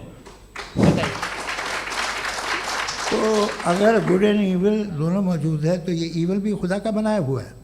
जी हाँ, खुदा का बनाया हुआ है। लेकिन अच्छा, चलो अच्छी बात। जी बिल्कुल, तो बिल्कुल खुदा ने बनाया। अभी तो ये है कि जो मेजॉरिटी है दुनिया में वो इविल है, तो ये खुदा एक्चुअली इविल के साइड पे लग रहा है मुझे। बिल्कुल भी नहीं, मैं बताता हूं। मेजॉरिटी में तो वो है। क्या बात कर रहे हैं भाई आप? मैं बहुत कोई भी जो मुंसिफ होगा, चाहे आपका अपना घर हो जिसके आप सबसे बड़े हैं, चाहे आपकी ऑर्गेनाइजेशन हो जो आप चलाते हैं, वहाँ पर आप इवल रखेंगे साबित करने को कि बाकी लोग शरीफ हैं? मेरी बात सुन क्या ये आर्ग्यूमेंट ही गलत है? अगर कि जब तक के कोई इवल नहीं होगा तब तक के शरीफ आदमी शरीफ नहीं लगेगा। अगर एग्जामिनर गलत ऑप्शन दे रहा है तो एग्जामिनर इविल नहीं हो गया। जो गलत ऑप्शन को सेलेक्ट कर रहा है वो फेल होगा। क्रिएटर ने इविल को बनाया है लेकिन वो इविल नहीं है। अच्छा सुनिए मेरी बात, हाँ। Let me complete sir. जी जी। क्रिएटर ने इविल को बनाया है टेस्ट के लिए, वो इविल नहीं है। इविल वो होगा जो उसे इख्तियार करेगा। छुरी को बनाने वाला गलत नहीं होता है, छुरी का गलत इस्तेमाल करने वाला गलत होता है। रेप को कैसे गलत इस्तेमाल करते हैं? इंसान के फ्री विल का नतीजा ये रेप कैसे गलत इस्तेमाल होता है? ये मुझे अब सुन लें, अब सुन लें। गलत इस्तेमाल होता हाँ, मैं बता रहा हूँ रेप ना, कैसे गलत मैं बता रहा हूँ जी। कि जो इविल इस दुनिया में मौजूद है उसके कई सारे तरीके हैं। एक तरीका इंसान का अपना फ्री विल है। अब अगर कोई रेपिस्ट रेप कर रहा है तो इसका गॉड का कसूर नहीं है, वो अपने फ्री विल का गलत इस्तेमाल कर रहा है, उसको सजा मिलनी चाहिए। अच्छा। और उसी के लिए जहन्नम बनाई गई है। ये फ्री विल का भी बड़ा चक्कर। आप जब कोई बुरा काम करते हैं या कोई बुराई होती है तो ये कहा जाता है कि ये फ्री विल है। 7 billion free wills are moving on this planet. 7 billion free will. और एक आदमी अपनी फ्री विल से मुझे कत्ल कर दे तो मैं खुदा की मर्जी से मरा हूँ कि इसकी फ्री विल की वजह से? मेरी मौत खुदा के हाथ है या ये फ्री विल वाले के हाथ है? खुदा ने फ्री विल का निजाम बनाया है और उस निजाम का गलत इस्तेमाल करके कोई आपको मार रहा है, इस्तेमाल करके मेरा कत्ल कर देता है। अब मेरी मौत का जिम्मेदार कौन है? वो इंसान जिम्मेदार है। वो इंसान। जी। तो ये कहना कि और उसको खुदा ही जिंदगी उसको सजा का- मिलेगी। तो अब आप आगे चलिए कि ये तय करना कि अल्लाह ही या खुदा, सॉरी, अल्लाह ने, खुदा ही जिंदगी देता है, खुदा ही मौत देता है, ये गलत है। बिल्कुल गलत नहीं है। हाँ, नहीं, निजाम उसी ने बनाया फ्री विल का। निजाम मौत और हयात का उसी ने बनाया। You are contradicting yourself. अभी आपने कहा कि एक आदमी ने फ्री विल से आपको मार दिया, इसमें उसे फ्री विल दी गई थी, उसने गलत इस्तेमाल किया। 7 billion free wills are moving on this planet और आप चाह रहे हैं कि मैं सिर्फ खुदा का ध्यान करूं। ये 7 बिलियन फ्री विल्स को मुझे लुक आफ्टर करना पड़ेगा कि नहीं? ये तो तबाहियां कर रही हैं और तबाहियां ज़्यादा हो रही हैं। बिल्कुल। तो अगर आप बताएं अगर खुदा नहीं है फॉर एग्जाम्पल, हाँ। तो आप इविल को कैसे डिसाइड करेंगे? यानी how can you define evil objectively without God? देखिए, दुनिया में 2 तरह के जानवर हैं। एक जो अकेले रहते हैं जंगल में और एक जो ग्रुप्स में रहते हैं। ग्रुप में जो भी रहेगा, चाहे वो आपका फाउंडेशन हो, चाहे कोई क्लब हो, चाहे कोई पॉलिटिकल पार्टी हो, चाहे कोई यूनिट हो, उसमें आपको इंटरैक्ट करने के रूल बनाने पड़ेंगे। यानी लोग तय करेंगे। लोग तय करेंगे। अगर लोगों ने ये तय किया कि किसी का रेप करना सही है, आप जस्टिफाई करेंगे? नहीं, आपका फाउंडेशन तो ये हो गया ना कि लोग ही विल डिसाइड दुनिया करेंगे। में- नहीं, अरे दुनिया में ऐसे ग्रुप्स हैं जो रेप को जायज़ मानते हैं सर्टन हालात में। मैं डिटेल में नहीं जानूंगा, आप भी जानते हैं। ये जो आईसिस वाले थे जिन्होंने क्या किया था, तो उन्होंने क्या किया उसका खुदा से कोई ताल्लुक नहीं है सर। मैंने सिंपल सवाल किया कि इविल को आप डिफाइन करते चलिए, कैसे चलिए, हैं? आइए वापस आइए। जी। आप साथ में तभी रह सकते हैं जब कुछ आप ऐसे उसूल डेवलप करें जिसमें हर एक का बेसिक तहफ़्फ़ुज़, हर एक का बेसिक राइट हो और हर एक को कोई आराम मिले। यही तरीक़ा है किसी भी ऑर्गेनाइजेशन जिसमें एक से ज़्यादा लोग हैं और वो ऐसे चलती है ज़िंदगी। उसमें अगर आप गड़बड़ करेंगे तो तबाही होगी, नुकसान होगा, बर्बादियाँ आएंगी। और अगर उसमें आप घर ले लीजिए ना, एक हस्बैंड है, एक वाइफ है, बच्चे हैं, वालदा भी हैं, 2 बहनें भी हैं, एक भाई भी है। अब इसमें कोई निज़ाम आपको चाहिए साथ में रहने का और एक दूसरे पे भरोसा रहे, एक दूसरे के बहीख्वाह हों, एक दूसरे की मदद करें, ऐसी जिंदगी। सर आपकी बात आ गई। आप ये कह रहे हैं कि लोग डिसाइड करेंगे क्या सही है क्या गलत है, यही है? मेजॉरिटी डिसाइड करेगी क्या सही है क्या गलत है? अरे भाई बिल्कुल। मेजॉरिटी अगर ये कहे कि नाजी जर्मनी के साथ जिस तरह मेजॉरिटी थी कि जेनोसाइड करना सही है, आप जस्टिफाई करेंगे? उस वक्त आपका ये सवाल सिर्फ उसके बाद क्लोजिंग। हाँ, उस वक्त प्लेनेट पे जो लोग थे, हाँ। उनमें कितने लोग हिटलर को सही समझते? अच्छा, प्लेनेट की मेजॉरिटी तय करेगी, सोसाइटी की नहीं। प्लेनेट की मेजॉरिटी गॉड के एग्जिस्टेंस को सही मानती है, आप क्यों नहीं मानते? ये हेलो ये क्रॉस क्वेश्चन का राउंड यहाँ पर समाप्त होता है। और ये बड़ा अच्छा है कि इस तरह से फ्रेगमेंट कर दिया गया है ताकि जो मरकरी ऊपर जा रहा है नीचे जवाब आ दे जाए। दूं। जी। प्लेनेट की ज़्यादातर मेजॉरिटी कुछ दूसरे मजहबों के खुदा को मानती है। आप उन्हें क्यों नहीं, आप तो मेजॉरिटी की बात कर रहे अच्छा, हैं। ये मैंने क्लोजिंग majority की बात- आप ये कह रहे हैं इविल और गुड को डिसाइड मेजॉरिटी करेगी। मेजॉरिटी जो कर दे वो सही हो जाएगा। अरे क्लोजिंग इसको जैसा आप ही लोगों ने तय किया है उसी फॉर्मेट को फॉलो कर लेते हैं।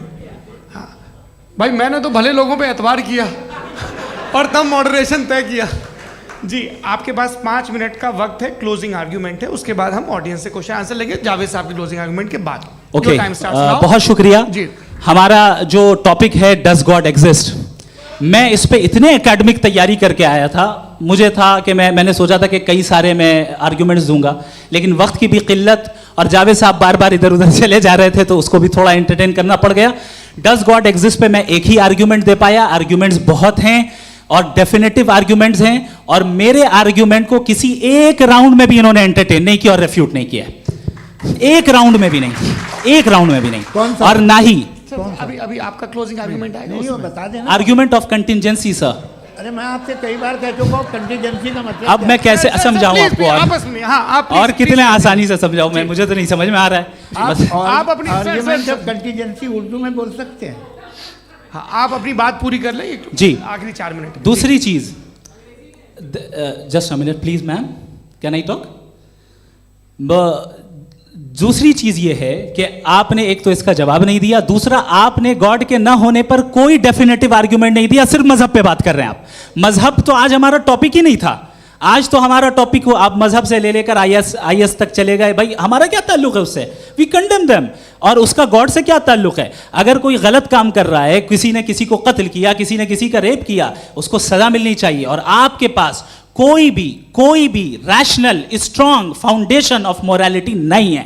आपने कहा कि मेजॉरिटी तय करेगी सोसाइटी की, वो सही होगा, मैंने कहा हिटलर को फिर आप सही कहेंगे, नहीं नहीं नहीं नहीं, प्लैनेट की सोसाइटी की मेजॉरिटी तय करेगी, तो प्लैनेट की मेजॉरिटी गॉड के एग्जिस्टेंस को मानती है, आप कह रहे हैं ये रिलीजियस है, तो यानी आपके पास कोई स्ट्रॉन्ग फाउंडेशन नहीं है ऑब्जेक्टिव मोरालिटी का। ऑब्जेक्टिव मोरालिटी का अगर कोई फाउंडेशन है तो वो सिर्फ गॉड है, गॉड है, गॉड है। थैंक यू जी, ये मुफ्ती शमाइल नदवी साहब का क्लोजिंग आर्ग्यूमेंट था। अब हमारे पास जी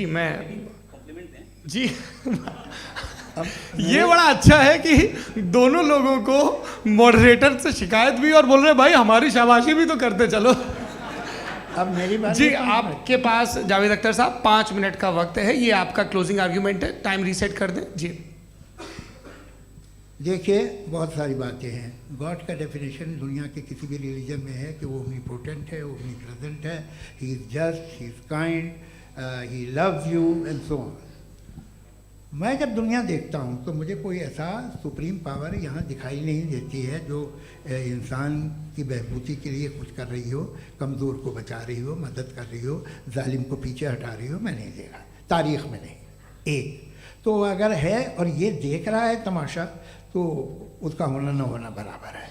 दोयम ये कि ये जो है जब आप ये कहते हैं कि कायनात जिसकी कंटीजेंसी है, मैं देखिए वो लफ्ज़ इस्तेमाल किया मैं, तो ये कैसे हो सकती है भाई, और फ़ौरन आप सरेंडर कर देते हैं कि जाहिर है कि इसका बनाने वाला तो इससे 10,000 गुना ज़्यादा कॉम्प्लिकेटेड होगा, उस पर आपके होने पे कोई इतराज़ नहीं है, उसे वो टाइमलेस है, वो पहले से था, टाइम तो बहुत बाद में आया, ये सब आप मानने को तैयार हैं जिसका आपके पास कोई सबूत नहीं, आपके पास कोई रीज़न नहीं है।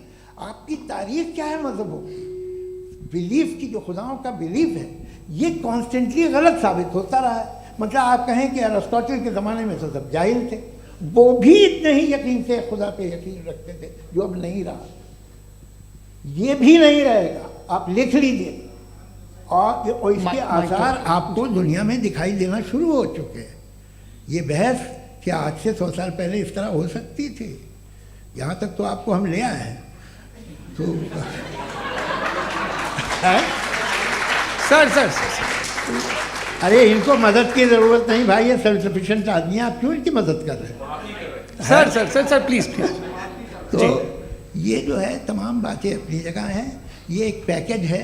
आप अकेले, कोई आदमी ऐसा नहीं जो सिर्फ गॉड को मानता हो, उसके साथ बहुत पैराफर्नेलिया आता है, अलग अलग पैराफर्नेलियाज आते हैं। They are only, they have always created chaos in the society. मैं तो आपको सीधा ऑफर देता हूँ कि दुनिया में 10 इम्पॉर्टेंट बिलीव्स हैं, आप एक मानते हैं, 9 नहीं मानते, 9 में आप एथियस्ट हैं, 9 को आप बिल्कुल रीजनेबली मेरी तरह देखते हैं। तो 90 मजहबी आदमी भी 90% एथियस्ट है, वो दूसरे खुदा नहीं मानता, एक खुदा मानता है अपना वाला, बाकियों को कहता है गलत है। अगर आप मानना ही बंद कर दें तो आपका 10% चांस है कि आप सही हैं और 90% चांस है कि आप गलत हैं। मेरा मशवरा है आप मानना छोड़ दिए तो 50% चांस होगा कि आप सही हैं और 50% चांस होगा, 40% आप गेन करेंगे बाय बिकमिंग एथीस्ट।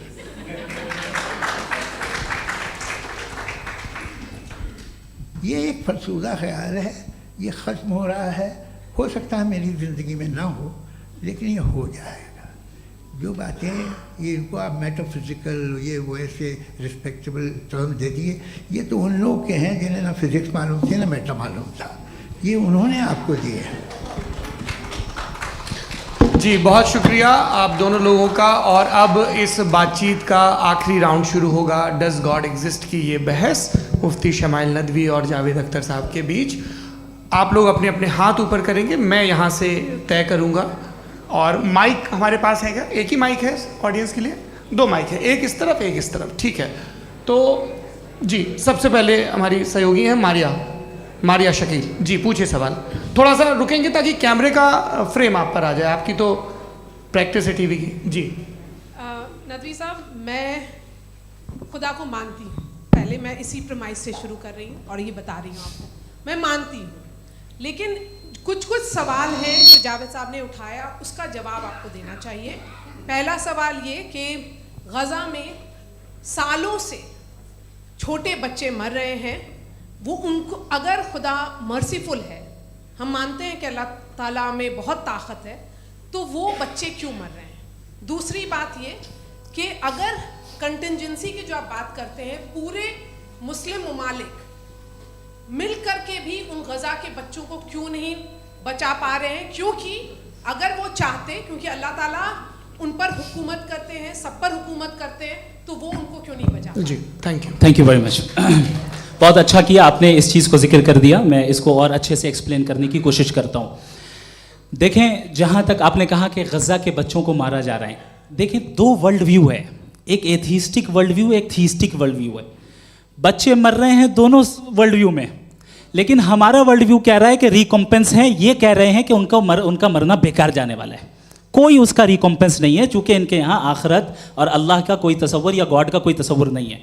आपने ये सवाल किया कि गॉड मर्सीफुल है, क्यों नहीं रोकता? ये मैंने बताया कि ये मिसकंसेप्शन है लोगों के दरमियान कि गॉड को सिर्फ मर्सीफुल और ओमनीपोटेंट समझते हैं। गॉड के सिर्फ यही 2 एट्रीब्यूट्स नहीं हैं, गॉड के कई सारे एट्रीब्यूट्स हैं, उनमें से अल हकीम भी है, उनमें से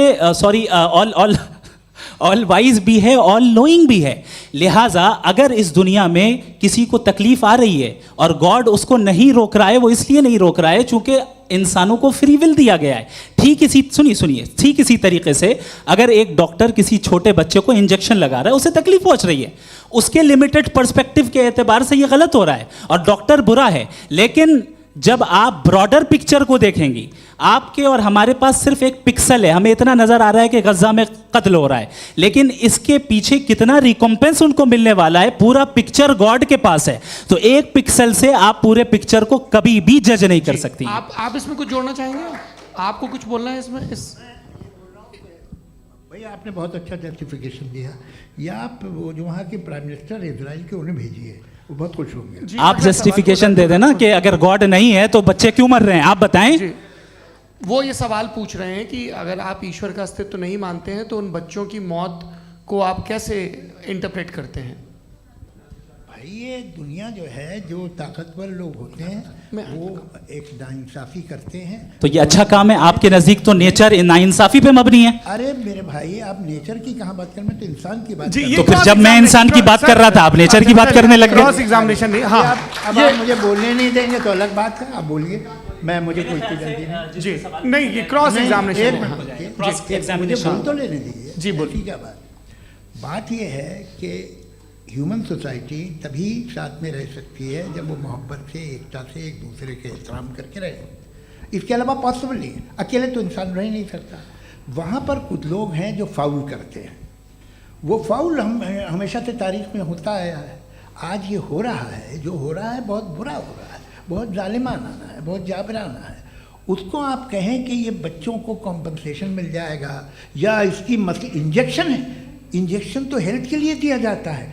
आप ये कह रहे हैं कि ये बच्चों की जो धज्जियाँ उड़ रही हैं ये इंजेक्शन है, ये विटामिन टेस्ट का। है, ये टेस्ट है और उस टेस्ट में उनको अगले उनको सवाल ऐसा रिकॉम्पेंस मिलेगा जो आपके तस्वुर के बाहर है। ये आप 3 बरस के बच्चे को बारूद से उड़ा के टेस्ट ले रहे हैं, वाह। वो नहीं ले रहा है, खुदा नहीं उड़ा रहा है, इजराइल उड़ा रहा है। जी, ये तो उसको कंडेम अगला करें। सवाल लेते हैं। अगला सवाल लेते हैं प्रोफेसर पुरुषोत्तम अग्रवाल। मुफ्ती साहब, एक निवेदन आपसे है कि कम से कम थोड़ा सा माइक क्लोज एक रिलीजियस और फिलोसफिकल कर मैं प्लीज। एक रिलीजियस और फिलोसफिकल ट्रेडिशन है जो ब्रह्मांड को यानी यूनिवर्स को ही अंतिम मानती है। सर्वम खलु इदम ब्रह्मम, this is Chandogya Upanishad, and it completely rules out the existence और नेसेसिटी, आपके शब्दों में necessity of a creator. The creation itself is the creator. तो एक मिनट प्लीज। दूसरा जो सवाल आपने अभी, जो आप बार बार कह रहे हैं कि भगवान विद्वान भी है, वाइज, सब जानने वाला, तो अगर विजडम में दुनिया भर के पापों और अत्याचारों को बर्दाश्त करना शामिल है, तो फिर इसका मतलब ये हुआ कि अगर मैं फ्री विल से उसको अपोज करता हूं तो ईश्वर की विजडम और मेरी फ्री विल में कॉन्ट्राडिक्शन है।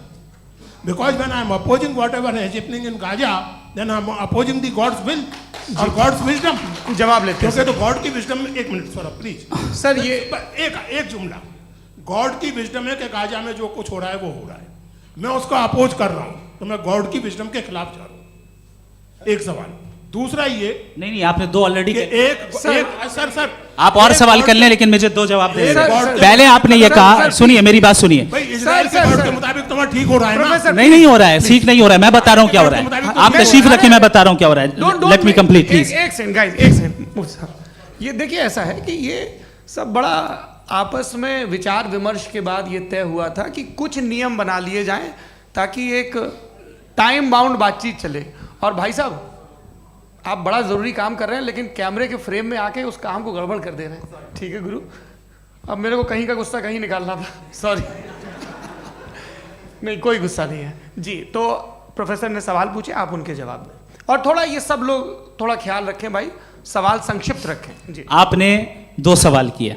सबसे पहला ये कहा कि हमारे पास ये कॉन्सेप्ट है कि ये यूनिवर्स खुद नेसेसरी बीइंग है, creation itself is the creator. How irrational is this कि मैं एग्जिस्ट करूंगा बाद में, लेकिन अभी एग्जिस्ट कर भी रहा हूं, यानी एक ही टाइम में एग्जिस्ट भी कर रहे हैं, नहीं भी कर रहे हैं। This is not true. दूसरी चीज, आपने कहा कि अगर इजराइल में, सॉरी माफ कीजिएगा, Israel doesn't exist, occupied Palestine में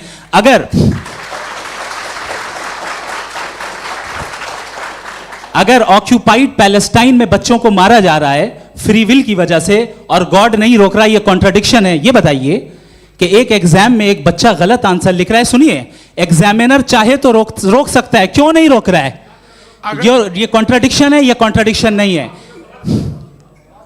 माइक नहीं सर, ये आपस में जी, ये क्या आपका सवाल?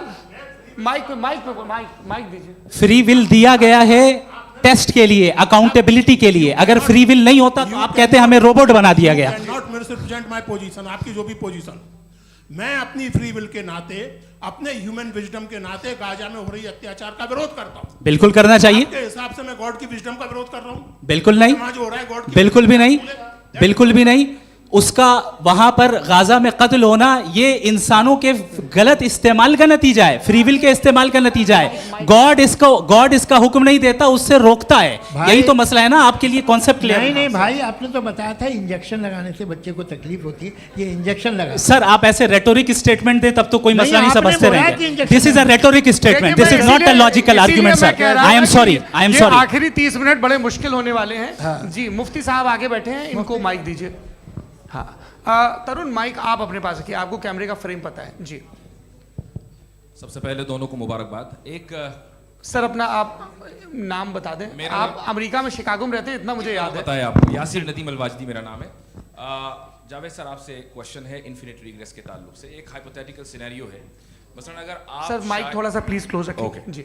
अगर आप शायर इसलिए हैं कि आपके कोई उस्ताद शायर थे, और वो इसलिए शायर थे कि उनके कोई उस्ताद शायर थे, और इसी तरीके से हम माजी में पीछे चलते चलते चले जाएं और कहीं ना रुके, तो माफ कीजिएगा आप कभी शायर नहीं हो सकते। लेकिन आप शायर हैं, आपका शायर एग्जिस्ट करता है, इसका मतलब ये है कि आप कहीं ना कहीं रुके हैं।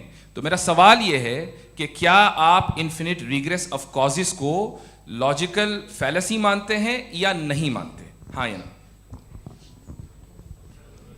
मैं इन्हें लॉजिकल फैलेसी नहीं मानता हूँ, लेकिन मेरा प्रॉब्लम यह है कि जब मैं नहीं मानता हूँ तो I continue with this logic जो फैलेसी नहीं हो। आप एक जगह रुक जाते हैं जाके, आप कहते हैं ये गेंद कैसे बनी, ये जजीरा कैसे बना, ये समंदर कैसे बना, ये ज़मीन कैसे बनी, और अचानक गॉड पे जाके आपको ब्रेक लग जाता है।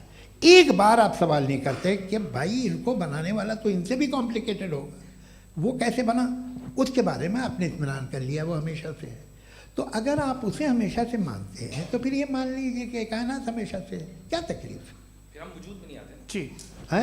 हम मौजूद नहीं। अच्छा सर क्यों नहीं हो मैं सकते? बताऊंगा, प्लीज प्लीज। जैसे मैंने मिसाल दी आपके शेर की, आपका शेर कभी वजूद में ना आता अगर शायर इसी तरह चलते रहते हमेशा। जी माइक मेरे ख्याल से एक सेकंड, इन्फिनिट रिग्रेस का कॉन्सेप्ट क्लियर नहीं हो जी। पाया, ऐसे रहने दें, लेट्स मूव ऑन सर। ठीक है। हाँ, थोड़ा सा मॉडरेटर का भी ख्याल रखें। नहीं नहीं, आपने तो रखा है, आपने रखा है।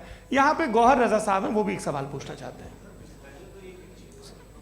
माइक यहाँ नीचे से ऑन कर दिए, नीचे। पहले तो ये कह दूं कि मैं उन बच्चों से शर्मिंदा हूं जिनको गज़ा में कत्ल किया गया, क्योंकि हमारे होते हुए कत्ल किया गया। लेकिन उससे ज़्यादा शर्मिंदगी इस बात से हुई कि मुझे लगा कि मुफ्ती साहब उसको जस्टिफाई कर रहे हैं। बिल्कुल भी नहीं, आप बहुत ही गलत मुझे बात लगा कह मैं गलत हो सकता हूं। बिल्कुल गलत मैं है। सवाल पूछ रहा हूं। सवाल मैं देखिए, सवाल अगर पूछ रहा हूं। एक मैं सेकंड, जावेद भाई गौर से साहब, एक डिसएग्री सेकंड, करता गौर हूं। साहब, एक सेकंड। देखिए अगर देखिए ऐसा, एक सेकंड आप सर वेट, अरे आप कुछ मेरे पहले मुझे अपनी बात कह लेने दीजिए। अगर ऑडियंस तय करेगी तो फिर मॉडरेटर का मतलब नहीं। मेरा आप सबसे ये कहना है, ये बहस दो लोगों के बीच में है, एक तरफ मुफ्ती साहब, एक तरफ जावेद साहब। पिछले 1.5 घंटे से ये लोग अपने अपने तर्क रख रहे हैं। आपकी इनसे इत्तेफाकी हो सकती है, ना इत्तेफाकी हो सकती है। मेरे उस्ताद मुझे सिखा गए हैं कि मुखामुखम में असहमति की गुंजाइश बची रहनी चाहिए। अगर मैं आपकी बहुत इज्जत करता हूं गौहर साहब, आपने जो कमाल की किताबें लिखी, साइंटिफिक टेम्परामेंट, लेकिन मेरी ये गुजारिश है आप सबसे कि यदि आप इन लोगों ने जो बोला उन पर टिप्पणियां करेंगे तो ना वक्त की पाबंदी रहेगी, ना वो अनुशासन। आप सवाल पूछ लें, उस सवाल में जो बात आ जाए वो आ जाए।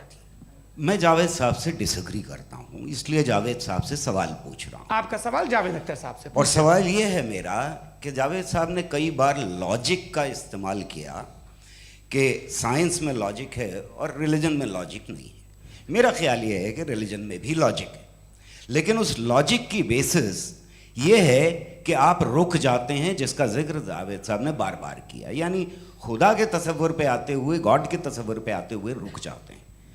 और इसमें सवाल पूछना मतलब फॉरबिडन होता है। सवाल ये है कि क्या जावेद साहब इससे एग्री करते हैं कि साइंस की लॉजिक अलग है और रिलीजन की लॉजिक अलग है? बताइए सर। देखिए, 3 चीज़ें हैं, साइंस है, एक है मंतिक है, इस्तिदलाल है, और एक जो है कुछ भी नहीं है, फेथ है, अकीदा है। मैं अकीदे की लॉजिक का कायल नहीं हूँ। मुझे आप इस्तिदलाल से, लॉजिक से, रीज़न से समझाइए, मैं मानने को तैयार हूँ, मेरा क्या नुकसान होगा। लेकिन ये कि अकीदे पे मैं नहीं जा सकता हूँ। अकीदे का मतलब है कि तुम ये मान लो, सवाल ना करो, ये नहीं। आप सारी बातें करके, बड़ी साइंटिफिक बातें करके एक जगह जाके खुदा के वजूद पे रुक जाते हैं, सरेंडर कर देते हैं। मैं सरेंडर करने को तैयार नहीं। That's all. जी, ये आगे सर बैठे हुए हैं, इनको माइक दीजिए। भाई वो आप पूछना चाह रहे थे ना भाई? हाँ, नहीं मैं ये थैंक यू जी। आपका नाम? आसिम इफ्तिखार। आसिम जी, पूछिए। सर, जावेद सर से सवाल है कि आपने अपने माइक थोड़ा करीब रखिए। अपने क्लोजिंग स्टेटमेंट में बात कही थी कि मज़हब का जो फ्यूचर है वो ज़्यादा दिन नहीं जाने वाला है, लेकिन मैं देख पा रहा हूँ कि जो ऑक्सफोर्ड यूनिवर्सिटी की एक स्टडी है 2011 में हुई है, जिसके 50 एकेडमिशियंस ने इसको अंजाम दिया था, उसमें वो ये कहते हैं कि जो फेथ इन गॉड है वो इनबिल्ट है ह्यूमन नेचर के अंदर, जिसको हम कहते हैं फितरत के अंदर शामिल है वो। और वो ये कहते हैं कि अगर कोई ये समझता है कि मज़हब को वो ख़त्म कर देगा तो ये उसकी गलत फहमी है। तो आप इसके बारे में, इस स्टडीज़ के बारे में क्या कहते हैं? ठीक है, मैं उनसे एग्री नहीं करता हूँ। वो कौन से प्रोफेसर होंगे, ऐसा उनके क्या पास डेटा है, इन्होंने डेटा के बेस होगा। डेटा क्या हो सकता है? फ्यूचर का डेटा तो नहीं हो सकता ना उनके पास। प्रेजेंट का डेटा हो सकता है। डेटा आपने सुना 100 साल पहले का बाद का डेटा, मैंने तो नहीं सुना आज तक। तो आज उनकी ये राय है और होगी राय, ठीक है। दुनिया में तरह तरह की राय है लोग, लेकिन मैं समझता हूँ कि वक्त के साथ इंसान ज़्यादा से ज़्यादा रीज़नेबल और लॉजिकल होता जा रहा है। आज आप देखिए वेस्टर्न यूरोप में क्या परसेंटेज है नॉन बिलीवर्स की, बहुत हाई। वहाँ चर्च खाली पड़े होते हैं। तो अल्टीमेटली तो इंसान कोई ऐसी बात बहुत अरसे तक नहीं मान सकेगा, चाहे गलत या सही, जो उससे उसके दिमाग को, उसके जहन को, उसकी लॉजिक को अपील न करे। वो कह रहे हैं तो ऑक्सफोर्ड के होंगे तो कैम्ब्रिज के होंगे, तो मुझे क्या लेना देना। उनका डेटा मुस्तकबिल का नहीं हो सकता है। जी दीपक, हाँ पूछिए। मैं आऊँगा, अभी पीछे की साइड भी आऊँगा, माइक वहीं भेजूंगा 2-3 साल के लिए। जी जावेद साहब, आपसे सवाल है। नमस्ते। अरे भाई सर, अगर आप ही लोग तय करना है तो फिर 200 लोग तय कर लें। ये एक साथ नहीं sir, please don't do this sir. Everybody has a right sir, but we can only take selected questions. No sir, ये यंग लोग भी हैं तो इनकी ये अब उतने बात यंग, सुनिए। भाई आप यंग हैं कि नहीं हैं? एक मिनट, वो कह रहे हैं वो भी आइए, यंग हैं पूछ रहे हैं ना साहब, भाई। आप उनकी नौजवानी पर दावा उनको ही करने थे। हाँ मुफ्ती साहब आप यंग, हाँ पूछे। अरे भैया सर, मेरा सवाल ये है। कुछ इनसे भी तो पूछो। जी नहीं, बस आपसे एक सवाल है। जैसे थीस्टों के पास अपने जो ईश्वर को मानते हैं उनके पास अपने सोशल गेट टुगेदर्स हैं। 5 रोज़ आज क्रिसमस आने वाला है, होली है, दिवाली है, ईद है। एथिस्ट क्या ऑफर कर रहे हैं? मतलब मैं इनकी दुकान से मैं आना चाहता हूँ उस तरफ, पर मैं अट्रैक्ट नहीं हो पा रहा हूँ। मैं सोशल गेट टुगेदर्स क्या है आपके पास? वो ये कह रहे हैं कि जो धार्मिक लोग हैं, अलग अलग धर्म के लोग, उनके उत्सव त्योहार कॉन्ग्रेगेशन बहुत हैं। अब आपको मैं एक सुनाता हूँ, यहाँ हिस्टोरियन भी बैठे हैं। मृदुला जी आप बताइएगा सही है कि नहीं। ये एक कॉन्स्टेंटाइन, एक ग्रीक रोमन बादशाह था जो क्रिश्चियनिटी आने के 400 साल बाद उसने डिसाइड किया कि मैं क्रिश्चियन हो जाऊंगा, मेरी पूरी स्टेट कैंसिल हो जाएगी। उस ज़माने में ऐसे ही होता था, राजा जो धर्म इख्तियार करता था वो जनता भी कर लेती थी।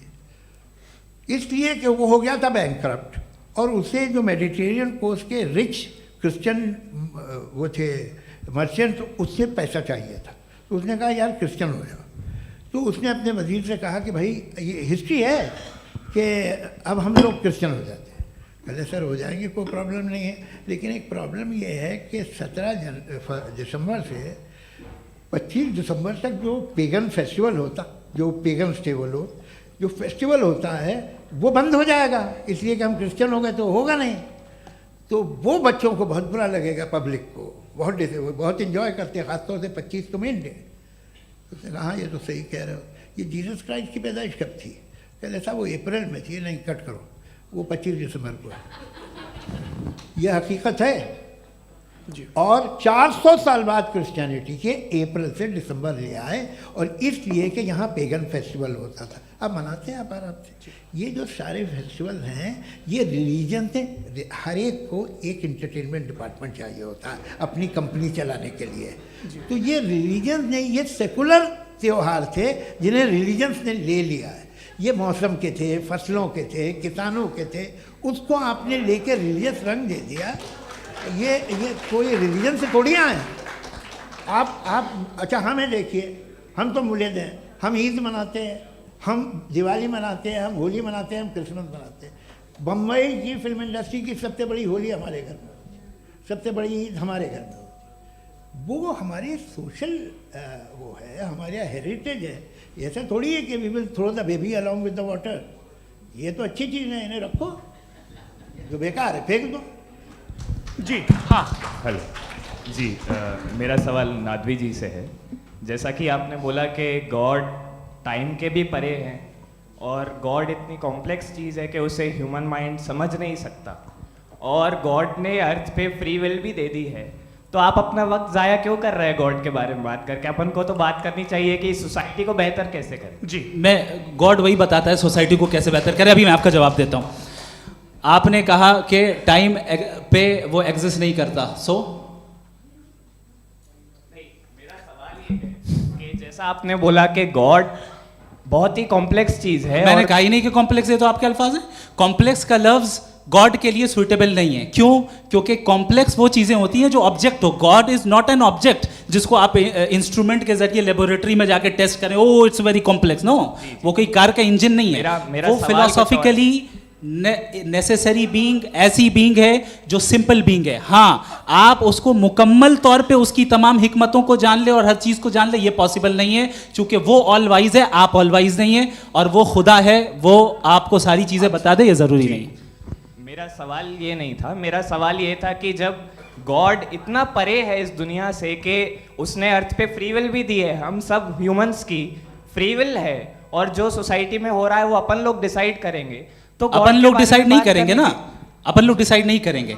गॉड जो है, गॉड ने वो उसकी जात, उसकी एग्जिस्टेंस टाइम एंड स्पेस से परे है, लेकिन वो हमारा टेस्ट ले रहा है और उसी गॉड ने हमें बताया कि तुम्हें क्या करना है क्या नहीं करना है, तो जाहिर है उस गॉड की बात सुनेंगे ना हम। जी, वो पीछे एक चश्मा लगाए जो मैम खड़ी हैं, उनको दीजिए। हाँ, आप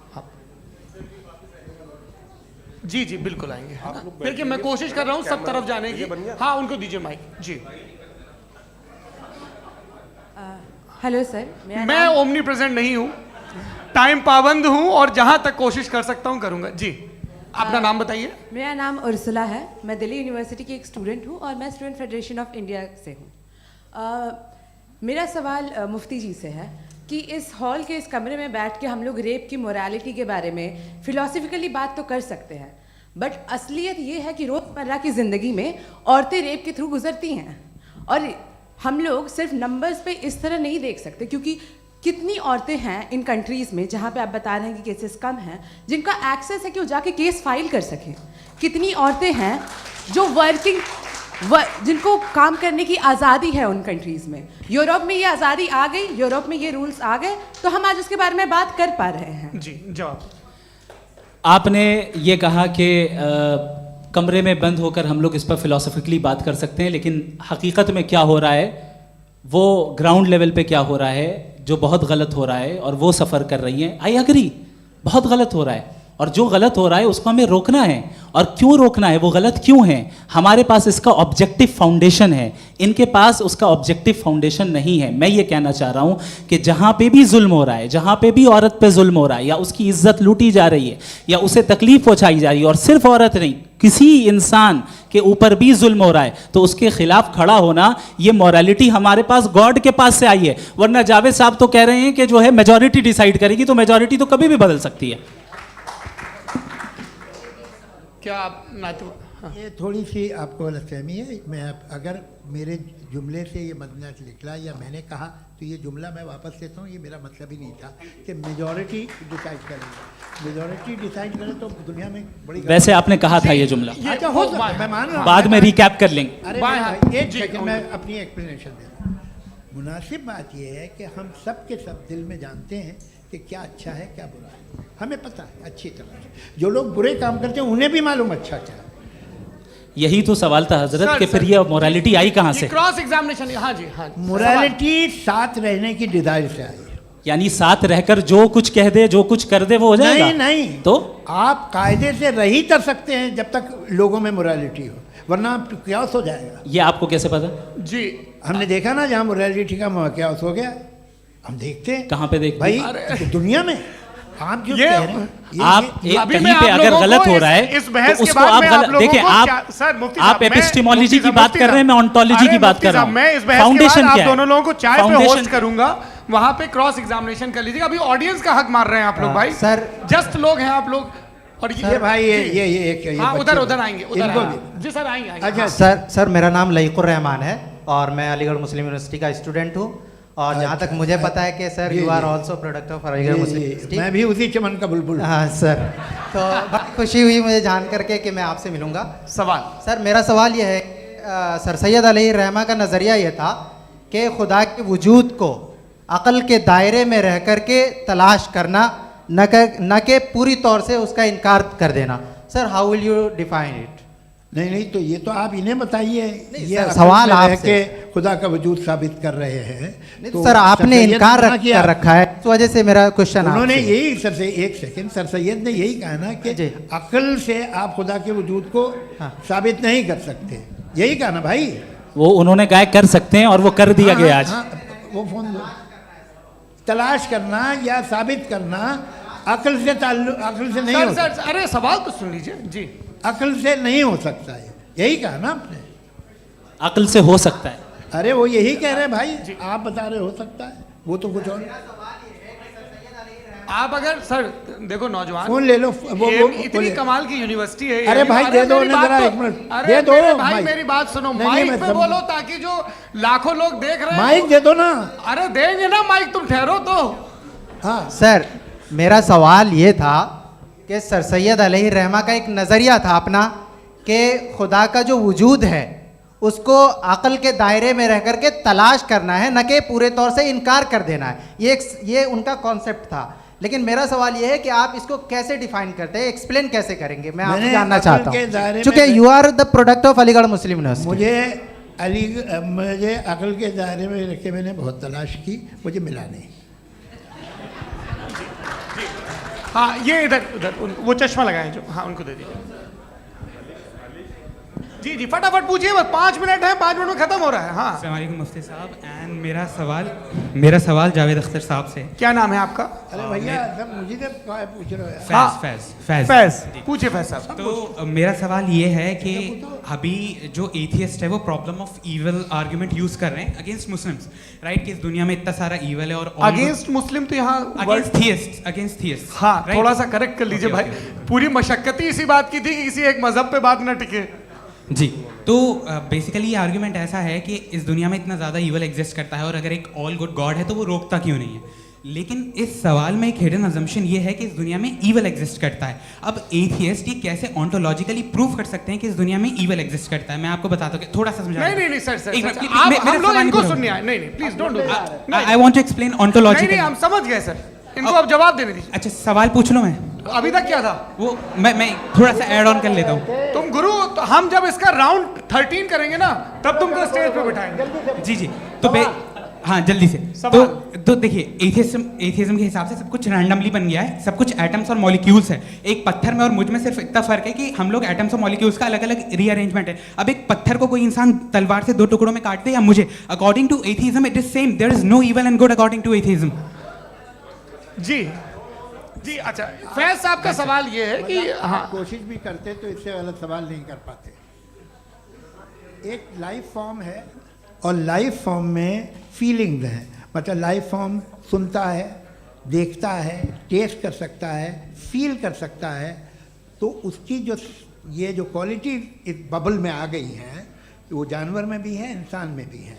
तो जाहिर है कि उसे कोई तकलीफ पहुंचेगी, तो चूंकि उसके पास वो सेंसिटिविटी है तो मैं करेगा। पत्थर में वो सेंसिटिविटी नहीं है। तो ये क्या सवाल हुआ कि अगर पत्थर को काटा तो पत्थर को तकलीफ नहीं होती, तो आपको काटे तो आपको क्यों तकलीफ हो? बैठ जाइए। जी हाँ अगला सवाल। हाँ पूछिए जी जावेद अख्तर साहब। अरे भैया सब आप लोग मुफ्ती साहब को छोड़ रहे हैं, तो मेरे ही पीछे पड़े हैं क्या? फिर चलो बोलो भाई। You asked how God can exist when children die in Gaza. हाँ? You asked how God can exist when children die in Gaza, and you also mentioned the rise of atheism in Europe. But the same events also are leading many atheists and non-believers to turn towards faith. How do you interpret this contradiction, where suffering pushes some away from God, yet brings others closer to belief? देखिए आपको एक बात बताऊं, दुनिया perfect तो कहीं भी नहीं है, हर जगह कुछ खामियां हैं। बेटा 1 मिनट आप ही को कहेंगे, देखो वो तो कुछ खामियां, कमज़ोरियां, खराबियां सब जगह है। लेकिन अगर देखोगे ईमानदारी से कि दुनिया सबसे ज़्यादा महज़ब कहाँ है, एक आम शहरी को कहाँ हुकूक हासिल हैं, वो बोल सकता है, अपनी मर्ज़ी से काम कर सकता है, अपनी मर्ज़ी से राय दे सकता है, हुकूमत के ख़िलाफ़ बोल सकता है, बरसर इक़्तिदार लोगों के बारे में बोल सकता है, सरमायादारों के ख़िलाफ़ बोल सकता है। तो आपको ये स्कैंडिनेवियन कंट्रीज़ में मिलेगा, वेस्टर्न यूरोप में मिलेगा। मैं नहीं कह रहा वो परफेक्ट है, बिल्कुल नहीं, वहाँ बहुत ख़राबियाँ भी हैं, परफेक्ट तो कोई। लेकिन जिन जिन मुल्कों में, लैटिन अमेरिका देखो, गल्फ़ देखो, वहाँ पर आपको ये ज़रूर है कि रेप नहीं होते होंगे। रेप की ज़रूरत क्या है भाई? उसको तो ख़रीद लो, घर में रखो, सड़क पर रेप करने की क्या ज़रूरत है? मगर सुनिए, मगर हकीकत ये है कि वहाँ शख्सी आज़ादी राय देने की, बोलने की नहीं है। जी ये एक आखिरी सवाल मुफ्ती साहब से। हाँ मैम, इनको माइक दीजिए। शुक्रिया। मेरा नाम मनीषा है, मैं हरियाणा से आई हूँ। मैं मुफ्ती साहब से एक बात पूछना चाहती हूँ। आप बार बार जावेद साहब को कॉन्ट्राडिक्ट तो कर रहे हैं कि आपने ये कहा, लेकिन आप भी अजम्पशंस के बेसिस पे बात कर रहे हैं। आपने खुदा के होने का कौन सा प्रूफ पेश किया है, खुदा की एग्जिस्टेंस का? अब इस सवाल को अलग रहने दीजिए, कौन एथीस्ट है कौन नहीं है। और दूसरी बात जो आपने एक छोटी सी कही थी कि ये फ्री विल का इस्तेमाल करता है इंसान अपनी, लेकिन इस फ्री विल का इस्तेमाल में मतलब खुदा ने ये दे दी सबको ये इजाज़त कि वो कितना घिनौनापन और कितने ज़्यादा ख़राब से ख़राब तरीके इस्तेमाल कर सकते हैं। जवाब सुनते जी। आप फ्री विल को मानती है ना, या अब कहती है कि फ्री विल नहीं है ना, मानती है ना? तो अब आपके पास इसका कोई एक्सप्लेनेशन नहीं है कि अगर एक इंसान उस फ्री विल का इस्तेमाल करके गलत काम कर रहा है और बच के अच्छी ज़िंदगी गुजार के निकल जा रहा है, उसका कोई रिकम्पेंस नहीं है। हमारे वर्ल्ड व्यू में जो इंसान गलत काम कर रहा है उसको भी रिकम्पेंस यानी उसका बुरा बदला मिलना है, और जो सही काम कर रहा है उसको सही बदला मिलना है। लिहाजा जो फ्री विल है वो इस तरीके से है कि एक लिमिटेड टाइम तक खुदा ने मोहलत दी है। ऐसा ही नहीं कि छूट दे दी, जो करना है करते रहो हमेशा। वक्त आएगा जब एग्जाम का टाइम खत्म होगा तब रिजल्ट आएगा, दौराने एग्जाम जबरदस्ती आपको नहीं बताया जाएगा। अरे भाई एक सेकंड, जी एक सवाल मुफ्ती साहब से मेरा है। मुफ्ती साहब से जी एक जी, सवाल। हाँ मैं भी- हाँ हाँ, मुफ्ती साहब, मैम एक प्लीज, सेकंड रुक जाइए। आपसे फोन, आप इसके बाद आपसे पूछिएगा, माइक यहीं छीन रहेंगे के वो। बाद। हाँ बोलिए। मैं मुफ्ती मैम, साहब एक एक ही सेकंड। सवाल करता हूँ कि अगर जो हो रहा है फ्री विल से हो रहा है और एक दिन बरोज़ क़यामत इंसाफ होगा मैशर में वगैरह वगैरह, तो दुआ क्यों मांगते हैं लोग? दुआ मांगते हैं इसके मतलब है अभी भी उसने ये डिपार्टमेंट रखा है कि मैं रोज़मर्रा की ज़िंदगी में इंटरफेयर बिल्कुल कर बिल्कुल, सकता हूं। He can. तो तुम कैन हो, तुम मुझे नौकरी दिला देते हो, मेरे बेटे को ग्रीन कार्ड दिला देते हो, और 45,000 बच्चे मरते हो, उन्हें रोकते नहीं हो। नहीं तो क्या आप ये कह रहे हैं कि इस दुनिया में जालिमों को कभी पकड़ ही नहीं होती है? अरे जो भी पकड़ होगी वो बच्चे रोते हैं। बिल्कुल, देखिए वो मैंने औरतें अपने रोती हैं ओपनिंग जिनके बच्चे स्टेटमेंट में यही कहा था आप कि मुझे जनाब नौकरी जावेद दिलवा साहब सिर्फ रहे हैं, इमोशनल मेरी आर्गुमेंट बेटी की जैसे सही दिस इज जगह एन शादी इमोशनल करा रहे हैं। आर्गुमेंट। ये छोटे मोटे काम इसके पीछे का रीजन मैंने बताया क्या है, देखिए इसके मैं पीछे का बार-बार यहाँ विजडम क्या है मैंने पर बताया। मंच से आप लोगों को सज्जनों इसलिए कह रहा हूं ताकि थोड़ा सा आपके कॉन्शियस पे जोर रहे कि आपको ऑर्डर बचा के रखना है। वक्त तय हुआ था, ये वक्त पूरा हुआ, आपने इतने धैर्यपूर्वक सुना, मैं आप सबका बहुत बहुत शुक्रगुजार हूं। यदि इन दोनों विद्वानों की इच्छा होगी तो कभी हम इस बातचीत का राउंड 2, राउंड 3, यही तो देखिए खूबी है इंसान की कि बहस मुबाहसे में वो पड़ा रहता है। आप लोगों ने बड़े धैर्य का परिचय दिया, बहुत बहुत शुक्रिया। इसी के साथ ये बातचीत यहाँ पे आप समाप्त लोग को होती है। मैं एक बात बता दूं, ये सारी बहस हो गई, अब मुफ्ती साहब और बड़े मुफ्ती साहब इन साथ के साथ मैं खाना खाने वाला हूँ।